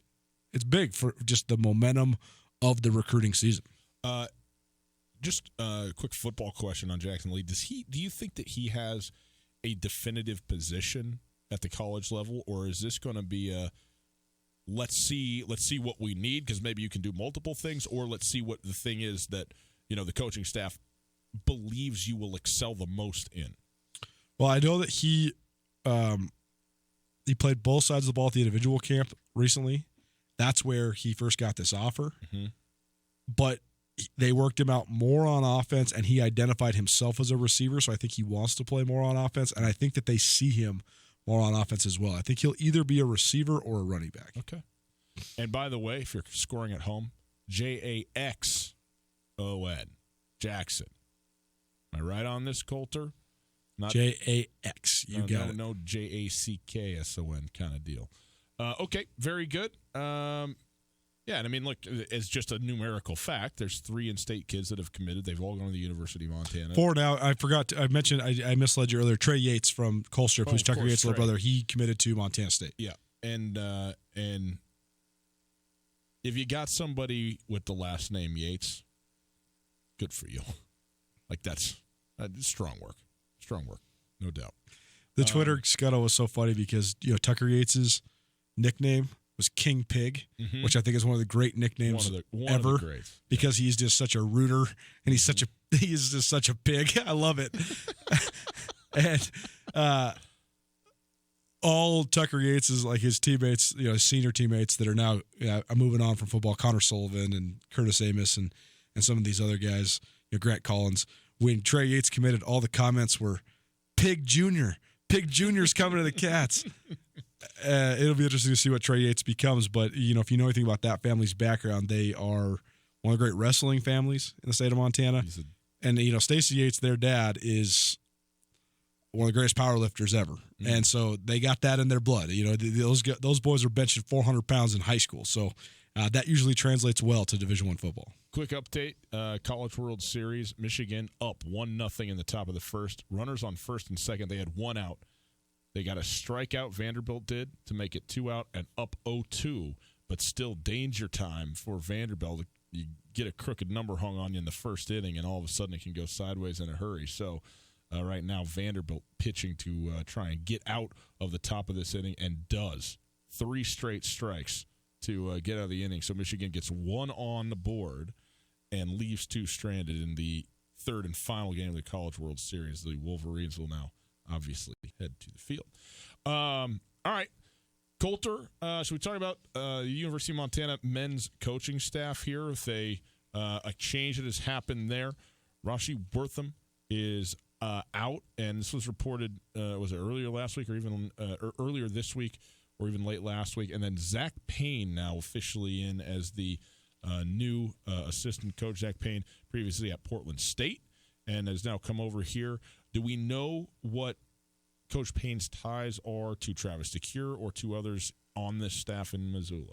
As we know, because of Travis DeCure's time at Mercer Island and playing for a guy named Ed Haskins, that has then created this little connection with Whitworth, because a couple of the guys, I think maybe Haskins' son, there's some connections that went from Mercer Island and Western Washington to Whitworth, and that's why Travis DeCure always plays Whitworth in one of his 2 exhibition games. Not only is it close, and not only are they competitive, but there's a little bit of an inside tie there as well. And Zach Payne started his career at Whitworth, so I think that's where he first met Travis DeCure. Then he's also been just on the West Coast, which is a place that they obviously want to be at. He was at Western Oregon. He was at Portland State. So there's just some natural ties there as well. So it seems like a pretty good fit. Well, that's good. And that's also one reason why Montana has have they played Whitworth 2, if not 3 years in a row? I think 3 in a row, back in terms of an exhibition game early in the season kind of deal, and that makes sense. And Whitworth, one of the nationally dominant Division III teams in the country, an outstanding program from obviously a great basketball city there in Spokane. So that makes sense. So that's good. Is there anything that you know, or is there anything to know about this? Again, I mean, changes on coaching staffs happen quite a lot in basketball, especially at the Big Sky. This is one thing too. I mean, you can have a lot more coaches on your staff if you are at Duke or Carolina or Kentucky or whatever, when you talk about the amount of money that's available and so forth and so on.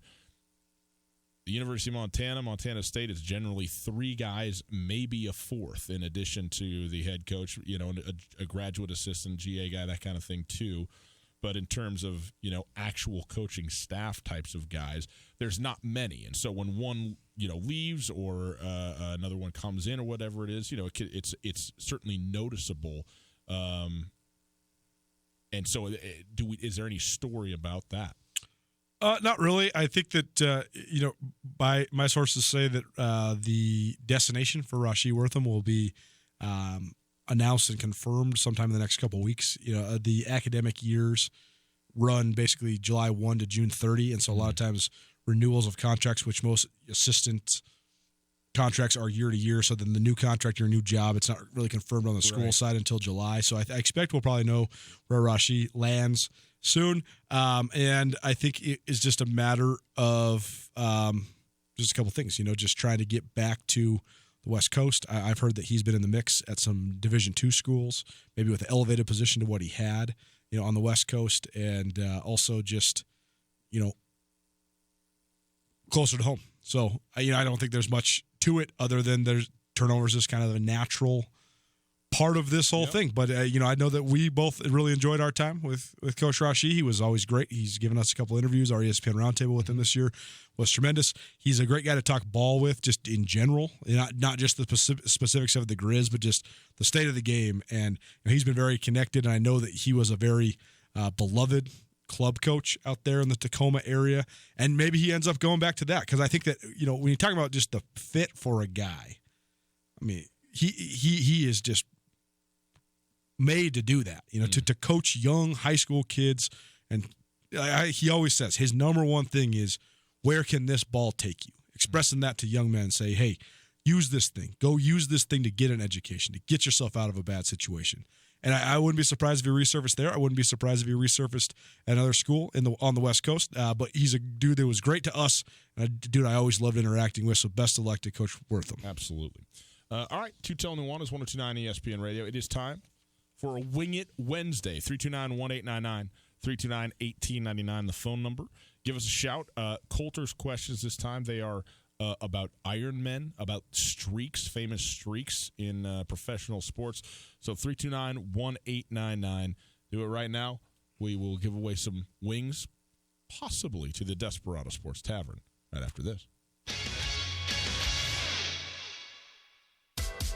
Right now at Carl Tyler Chevrolet, take advantage of employee pricing and up to $7,500 in rebates on all 2018 Silverados. Get the most out of your summer with a reliable truck that'll take you anywhere during Carl Tyler Chevrolet's June Silverado sell down. Save $11,719 on select 2018 Silverado 1500s. View our full inventory at gmofmontana.com or 3663 North Reserve Street. Carl Tyler Chevrolet. Find new roads.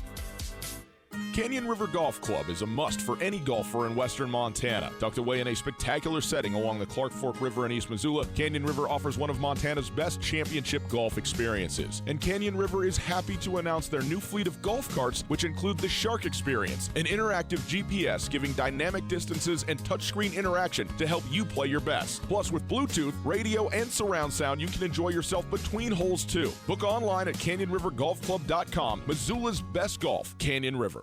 Alpine Touch has mastered keeping your taste buds happy by spicing up anything you throw on the grill this summer. Now, let Alpine Touch keep your mouth watering whenever you want their new sunflower shooters. Their new jumbo sunflower seeds seasoned with Alpine Touch's world-famous all-purpose seasonings. And Alpine Touch sunflower shooters will be available all summer at every Osprey baseball home game. Available at retail locations around the state and online at alpinetouch.com. Alpine Touch, Montana's special spice. This is Mike Nugent with Berkshire Hathaway Home Services. Berkshire Hathaway provides Western Montana with full-time real estate professionals for you whenever you need us. Our reputation as the state's most knowledgeable and available real estate group has helped build unmatched trust in the Garden City and statewide. If you have been thinking of making a real estate move in the short or long term, give me a call. No pressure, no expectations, just professional opinions and service at whatever pace you are comfortable with. Give me, Mike Nugent, a call today, 531-1802. And remember, every question is good to ask.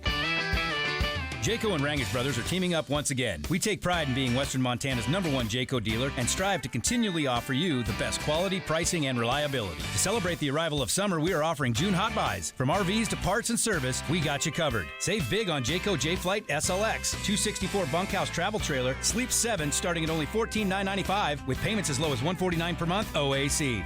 Don't miss our June hot buys going on now. Only where a handshake means something. Rangish Brothers RV Center. Canyon River Golf Club is a must for any golfer in western Montana. Tucked away in a spectacular setting along the Clark Fork River in East Missoula, Canyon River offers one of Montana's best championship golf experiences. And Canyon River is happy to announce their new fleet of golf carts, which include the Shark Experience, an interactive GPS giving dynamic distances and touchscreen interaction to help you play your best. Plus, with Bluetooth, radio, and surround sound, you can enjoy yourself between holes too. Book online at CanyonRiverGolfClub.com. Missoula's best golf, Canyon River. ESPN Missoula Sports Center. Good afternoon, Ryan Tootell, Colton Nuanez, 102.9 ESPN Sports Center. The Grizzlies' strong week in recruiting continued as a pair of the top football prospects in the state added to Montana's haul. Less than a week after securing a verbal commitment from Hamilton quarterback Carson Rostad, the 2018 Montana Gatorade Player of the Year, head coach Bobby Houck landed verbal commitments from Kalispell Glacier wide receiver cornerback Drew Deck and Missoula Sentinel wide receiver Jackson Lee. Each announced their intention to join the Grizzlies Tuesday afternoon. Lee is widely considered one of the top prospects in the state of Montana. The 6'1", 175-pounder was an all-state offensive, defensive, and special teams player during the Flint Creek Titans' run to consecutive Class C championships. Over the last 2 seasons, Lee earned 5 all-state nods between his work as a slot receiver, a defensive back, a punt and kick returner. He picked off 13 passes last season. He transferred to Missoula Sentinel in the offseason and will compete for the Spartans next fall. The 5'9" Drew Deck caught 55 passes for 781 yards and 7 touchdowns in 10 games last year. In 2 years, he has 80 receptions for over 1,000 yards. Last spring, Deck was also the Class AA state champion in the 300-meter hurdles. He joins 5 other Glacier graduates on Montana's roster. And finally, the Missoula Osprey posted a 9-6 win over the Billings Mustangs Tuesday, thanks to 4 runs in the bottom of the 7th to retake the lead. The O's complete their homestand tonight.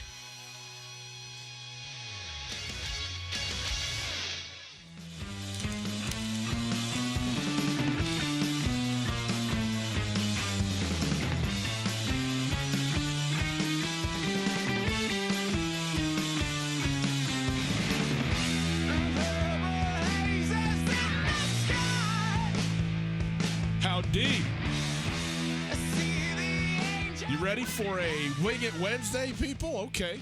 Well, let's go ahead with it then. It is Tootell Nuanez, 102.9 ESPN Radio, broadcasting live from the Kurtz Polaris studios. Kurtz Polaris at 2904 West Broadway in Missoula, Highway 83 in Sealy, online at kurtzpolaris.com.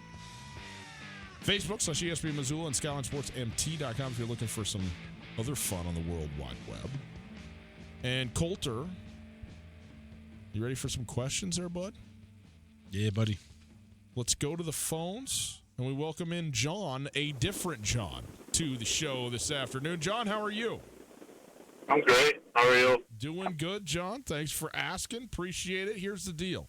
Coulter's got 3 questions for you, all revolving around streaks or Ironmen in professional sports. And if you get 2 of the questions, you got yourself a basket of wings to the Desperado Sports Tavern. If you get all 3, you got yourself a shirt as well. And if you need any help, I am your lifeline on one of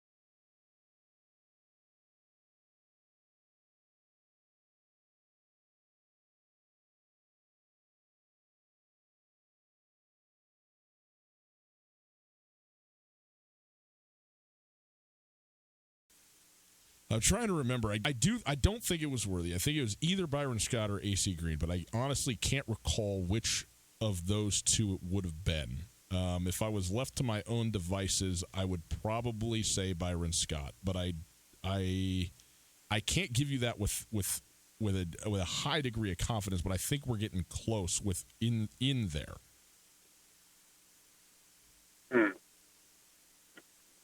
I'd say Byron Scott, but I'm going to go with AC Green. Look at John. He pivots away from the help, and he gets it right. Is it AC He Green? gets it right. AC Green. 1,182 consecutive games played for the Los Angeles Lakers from 85 to 93. 4 more seasons with the Suns, 4 more seasons with the Mavs. Circled back around, played on the Lakers for 3 more years, then finished up his career with the Miami Heat for 3 more years as well.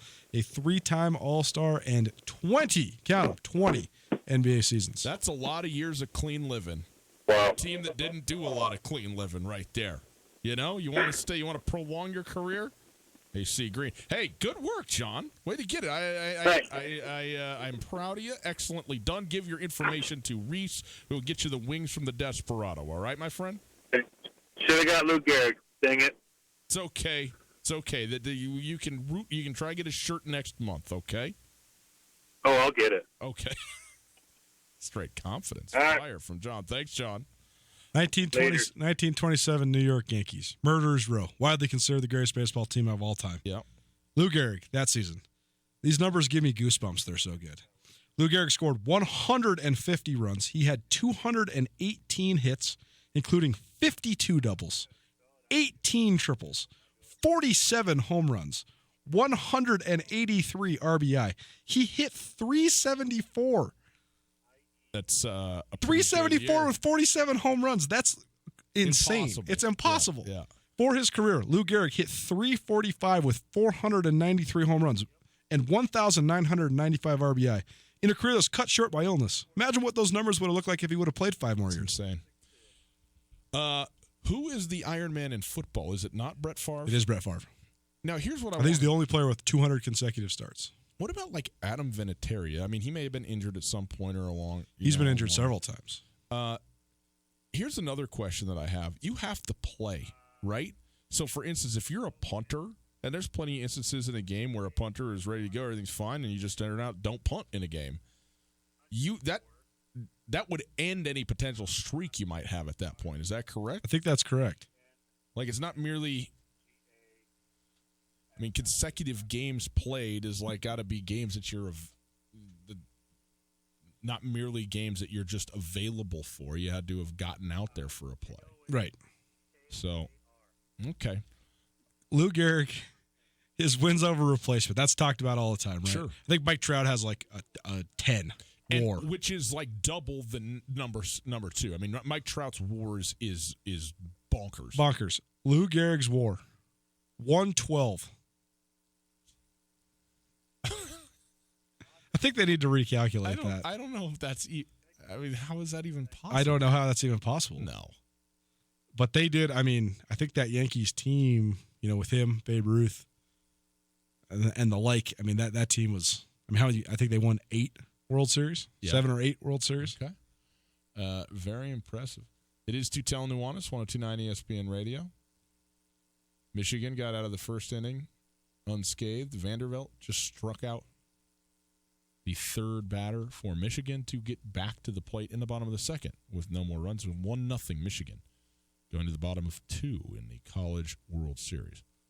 Finale, by the way. This is for somebody's dance tonight. Somebody's partying on the mound tonight in Omaha. It is Tootell and Nuanez, 102.9 ESPN Radio. Quick break. Come on back and we'll get into a little bit of Osprey baseball, a couple other things. Before we go, though, we want to make people happy, right, Coulter? Don't we? Always. Don't we? And, this weekend, you know what I'm going to do?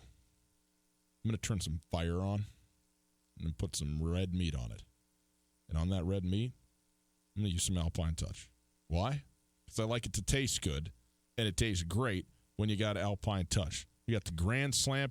Give them the Grand Slam. Give them the Grand Slam today. We got the Grand Slam pack of seasonings for you. 4 big boy seasoning packets, including hickory smoke, pepper, also the original blend. 4 of them in there for you. Got some Prairie Fire. Oh, yeah, Prairie Fire. Got the Hickory Smoked. Got the Pepper Blend. Yeah. Big 4-pack, Big Daddy. You can find this alpinetouch.com right now. $19.99 is all this is going to cost you.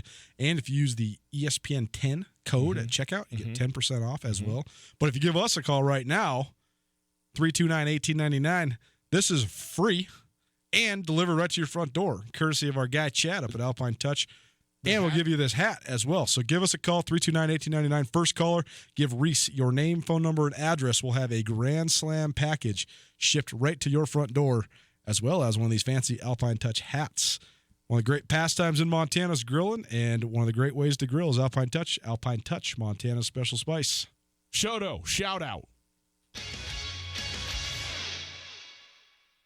We ate a lot of steaks before we came up with the Montana Club's Private Reserve Cut Angus. It's as good a steak as you're going to get. Our Private Reserve Cut Angus is specially cut for us. And with our custom seasoning, it has a flavor that's absolutely incomparable. We're confident that it will satisfy the most discriminating steak customer for an unrivaled steak experience. Real Montana, real food. The Montana Club on Brooks and North Reserve, Missoula. Hey everybody, Ryan Tootell, and I'm here with Josh of the Advocates Injury Law Firm. Josh, there's a lot of lawyers in this area. What makes you different? At the Advocates, we primarily focus on injury cases. That gives us the experience and the knowledge to correctly evaluate your case and work with insurance companies and other attorneys so you get exactly what you deserve to make you whole again. We take really good care of our clients, and we're going to fight for every single dollar you deserve. Call 640-4444 or online at montanaadvocates.com. There are a lot of lawyers. You deserve an advocate. In Western Montana, we know shopping local matters, but we also know that you're going to pay more for the quality and customer service that comes with it. Well, not at Selway Armory. Selway Armory is locally owned with a staff of specialists that can answer any question. In addition to the expertise, though, Selway Armory also has a bigger selection and, are you ready, lower prices than the box stores. When you're in the market for firearms and accessories, save money with the experts at Selway Armory. Selway Armory, 2825 Stockyard Road, Unit E6, and online at selwayarmory.com. Hey there, Colter Nuanez from Tootell, Nuanez 1029 ESPN Missoula, here with Tom from Aspen Sound. Tom got me a great deal on an automatic car starter this winter. Now it's summer. What sort of stuff you guys got going on down there, Tom? Well, Colter, coming into the summertime, we're picking up on the window tinting front. So if you need your windows tinted, give us a call. We'll get you scheduled up. Boats and ATVs are starting to come in full swing, and we're also starting to see the hot rods come out to play. Anything audio related, let us know. We'll get you taken care of. Feel the music at Aspen Sound.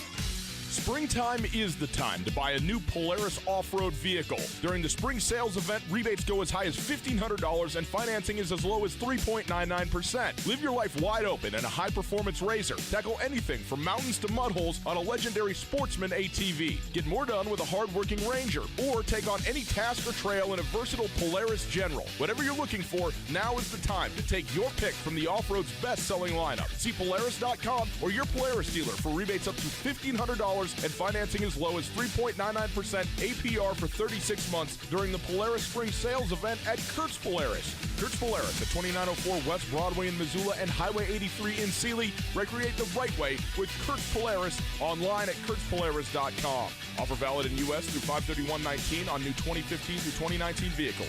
Subject to credit approval. Offers vary by model. See dealer for details. Always wear a helmet. Never drink and ride. Tootell and Nuanez on 102.9 ESPN Radio for Missoula.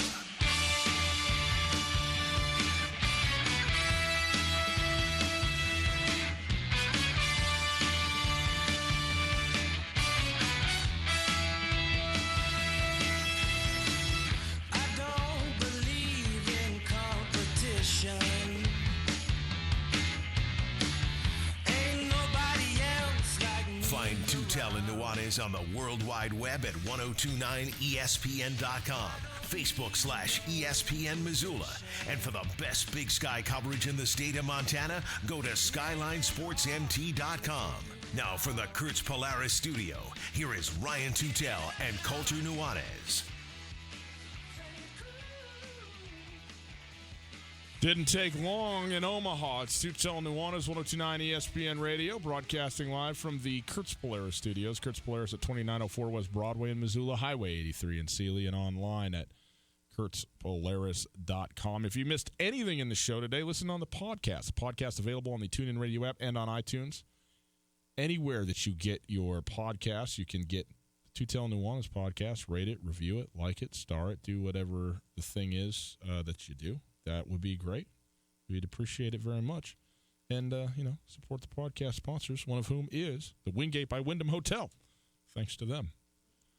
Excuse me. Coulter, tonight, the Osprey, came back last night, got themselves a 9-6 victory against Billings. This after having lost to Billings 10-7. If you're a fan of runs, seems like Billings-Missoula is a good baseball game to attend. The rubber match tonight in Missoula is also the last game of the homestand, and then a short 3-game road trip over to Billings. So these two teams will continue playing each other, changing the venue across the state over there to Billings home. We're rocking and rolling on this whole deal. I'm looking forward to going down to the games. Also, Riley Corcoran going to be calling the game for you on ESPN Radio and SWX Montana Television tonight. So that is, an added bonus. Always an added bonus. The voice of the Grizz, the voice of the Osprey, the Montana broadcaster of the year. Well, see now, Corcoran's going to be too famous. If we say voice of the Osprey, because he's not quite. He's the sub-in voice of the Osprey. Hitters, yeah. Well, whatever. If you know anything about Riley, you know that he's incredibly organized and he's incredibly humble. So I just love making fun of him for all his big-time accolades because he just keeps getting more famous, and he hates when you tell people that. It's so funny. But tongue-in-cheek, shout out to Riley. I hope you're not too famous to keep playing golf with us, but thanks for covering the Osprey for us. It's really good of you to do. It is.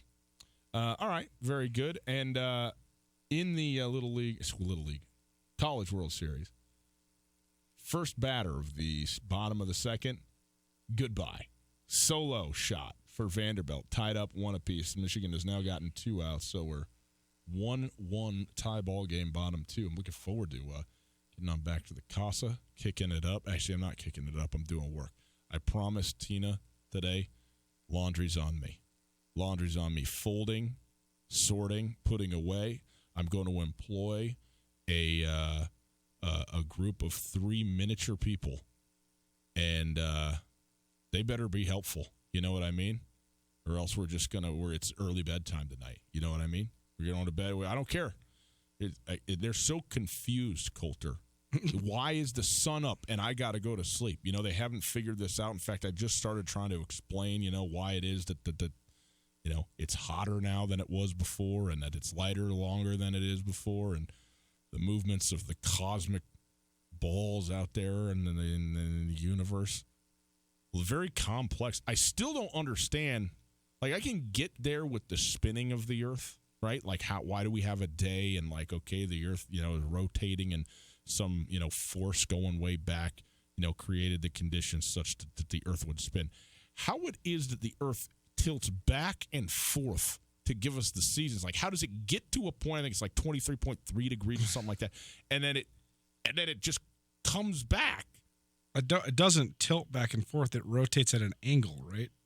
So you change latitudes because the Earth is actually tilted? No, well, it is tilted, but it does tilt back and forth. That's what the tropics are. The tropic lines are the northernmost and the southernmost point of direct rays on the sun. So in the summer solstice, what's the northern one? Is it Cancer or Capricorn? I don't know. We sound like such idiots when we try to talk about stuff we don't know about. Speak for yourself, dude. I do know about it. Well, why are you asking me if you don't know? Well, you just asked 2 different why questions. Here's what I know: what happens. I don't know why it happens. I can't understand what is the force that would make an entire planet that is rotating this direction on its forward, so to speak, stop and go back the other way. Like the spinning, I can understand, right? The going around every 24 hours, I get it. Like, at least enough to understand, okay, it's in motion that direction, and it continues in motion that direction. What is turning the Earth back around? Any scientists out there? Sarge Patel, maybe? Shout out to university. Help us out. A scientist, somebody who knows something about this stuff. You think Ricky Rubio would be a good fit with the Suns? We have Eric on the line wanting to talk to you about the rotation of Bring the in Earth. Eric. Let's go. Eric knows. Here we go. Now, this is what we live for, Eric, people to actually tell Ryan what's going on. What is your credential to help us with the movement of the cosmos? Best way to explain this is take a tennis ball. Yes. Draw a circle or a square on it up about approximately where you think Montana would sit. Apparently from the equator to the North Pole. Yeah, right in the middle, but just about, right? 45. Okay, and then a little more north than that, but close. And then hold it at a 23-degree angle. Yeah. And if you go around an object which would represent the sun, just for this, and go around, you will see that in the wintertime that spot actually faces down and away from the sun. Mm-hmm. And then as it comes around, it still rotates. It's at 23. It comes back around, but it is now facing the sun in the summertime. So what you're telling me is that it's, in fact, our orbit around the sun and not, in fact, the movement of the Earth that is making this happen. Yes, the Earth doesn't. Well, it rotates around, but the Earth doesn't wobble back and forth. This is an acceptable answer to me. This makes me feel a lot better about the universe. Thank you for so if you take that and try that, you'll see it. Okay, this is what I'm going to do. Betcha. You've allowed me to sleep tonight. Okay, that's what you've done. You for me. betcha. I appreciate it. Thank you. Okay, you betcha. Answering the call, helping us out. I mean, that makes sense. Glad you can sleep tonight. 10-year anniversary of Michael Jackson dying. Still spinning, though. Michael Jackson's not. I mean. Well, maybe he is. I mean, we all are. True. I meant, level. In the character that is Michael Jackson with his interesting. killer dance moves. Where were you the day Michael Jackson died? Seattle Space Needle. Working. Was it? I don't know anything about your Michael Jackson stance. Where are you at with Michael? Well, I'll start here. I haven't watched the documentary. Well, that's good. Don't. And I don't. Suggestion to everybody that likes Michael Jackson: do not watch Finding Neverland. I don't know that I will. You shouldn't. You certainly should wait for at least, how old's Kai? 2? You should wait for 16 years before you do. Yeah. What, do you love Michael Jackson? No. Are you ambivalent? Because that's a very rare stance to have. No, I never really cared about Michael Jackson. I wasn't really into Michael Jackson. Here's the thing.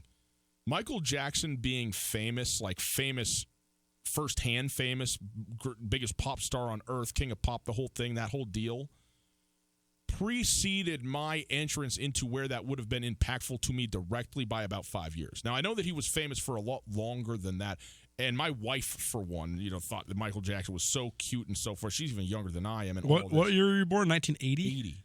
80. Man, you're like prime time Michael Jackson age, though. No, but here's the thing. Because you were like 7 when Bad came out, and he was the most famous person ever at that moment. You think that they're playing Bad in my household? I mean, think about it.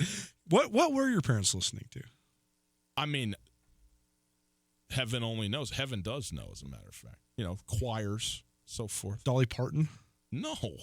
The Eagles? Well, you know what? Fleetwood Mac? This is maybe surprising. There was not a lot of music going on in the house. That's all our house was. Yeah, and that's the coolest thing my parents gifted us with was music. This had nothing to do with any sort of my parents loved music. Sure, that's why I was just wondering. I mean, your dad's a cool guy, so I'm sure he was grooving to something cool. I mean, your dad was having a great time at the Doobie Brothers concert last year. There's a little Jane Fonda maybe rolling around. There was a lot of Jane Fonda in my house. My mom was teaching aerobics, so we had Jane Fonda videos, Michael Jackson records. But we didn't. We had a bunch of records. We had a bunch of vinyls, stuff like that. But I couldn't even tell you what they were. I don't know where my parents found these things.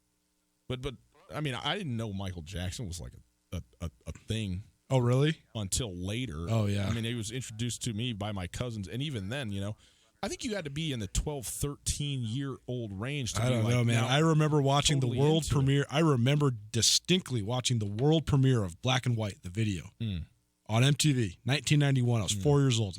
Remember it just vividly. Well, as an adult, and my brother's into Michael Jackson, I got, and I was like, okay, I started kind of figured out a little bit and appreciated the whole thing, and then you see how his life goes, how his life ends, and you go, man, on one hand, what a tragedy. On another hand, what a what a bizarre person and how and why did all these things, happen and, what took place. And now this stuff comes out that is, I mean, people seem genuinely shocked by this. I guess I'm not as shocked. Maybe because I just haven't watched the thing, but I don't know. Did we not understand that it's totally different than what you think it is? Okay, and maybe so. It's totally different than what you think it is. I'm just saying. So anyway, I don't know. I don't really listen to much. Well, rest in peace, the king of pop. He definitely had one of the most bizarre lives and one of the most bizarre deaths of anybody. It's a true American tragedy in a lot of ways, even though it was one of the most epic American success stories. And, the music lives on, and that's how I choose to remember him. But I definitively remember the day he died, and I definitively remember almost every single moment of Michael Jackson impacting my life. So rest in peace, king of pop. Well, we'll come back to this later. Till then, have a wonderful night. Alpine Touch makes the perfect gift this summer or any time of year. If you are traveling, bring a gift that is distinctly Montana and give your loved ones some of the best spices anywhere around. From the Alpine Touch Pick 4 Spice Pack to the All-Purpose Twin Pack to the mouth-watering sunflower shoots to Alpine Touch gift cards. Alpine Touch makes the perfect Montana present. Available at retail locations around the state or online for a limited time. Use the code ESPN10 at checkout to get 10% off any online order. Alpine Touch, Montana's special spice. Les Schwab is proud to introduce two of our best tires ever just in time for summer. There's our exclusive open range AT that we believe is our quietest, smoothest, and best all-season traction tire ever. Or the Reputation, our exclusive high-mileage premium passenger tire. Get $50 off alignment when you purchase a set of 4 open range AT or Reputation tires. Book an appointment today at leschwab.com. Les Schwab Tires. Doing the right thing matters. Cannot be combined with other offers. Limited time only. See details at leschwab.com. On Russell, across from the fairgrounds. You've chosen the caterer, addressed the invitations, and picked out a cake. But have you decided where to bank? Farmers State Bank offers just what you need as you start your new life together. Checking and savings accounts, electronic banking options, the latest tech, even locally approved mortgages. And with 9 Western Montana locations, there's a Farmers State Bank where you live, work, and play. Congratulations from all of us at Farmers State Bank, an equal housing lender and member FDIC. Hey folks, Ryan Tootell, and I'm here with Josh of the Advocates. Josh, do most injury accidents end up in court? Luckily, most personal injury cases can be settled out of court through a fair negotiation with an insurance company. However, sometimes it is necessary. I'm prepared to do whatever it takes to get a fair settlement. Luckily, most personal injury cases can be settled out of court with a fair negotiation with the insurance company. However, I'm prepared to do whatever it takes to get the right settlement for you. It's Josh at the Advocates, 640-4444, or online at montanaadvocates.com. Hi, boys and girls. Ryan Tootell and Coulter Nuanez from Tootell and Nuanez on 102.9 ESPN Radio, from your very favorite Tootell and Nuanez podcast, and now officially Gracious Mercy on television statewide. That's right. We've been doing a radio show and a podcast since August of 2017, and now it's time for us to expand our reach into statewide television on SWX. We're on SWX every weekday from 4 to 6 live on your televisions. It's available on channel 199 on Spectrum Cable or on 23.3 on your antenna television. And you can download the Watch SWX app and get us that way on your phones and devices as well. And of course, we'll still be right here, 102.9 ESPN Radio from Missoula in the Bitterroot Valley. And as always, you can find the podcast, the live stream, and everything else you need, 1029ESPN.com. Coulter, do you think that we're spreading ourselves too thin? Are we going to saturate these people and they're just going to start hating us, the inevitable backlash of the great heights to which we have now attained? No chance. Tootell Nuanez, Montana's only statewide sports talk show. ESPN Radio for Western Montana, KKVU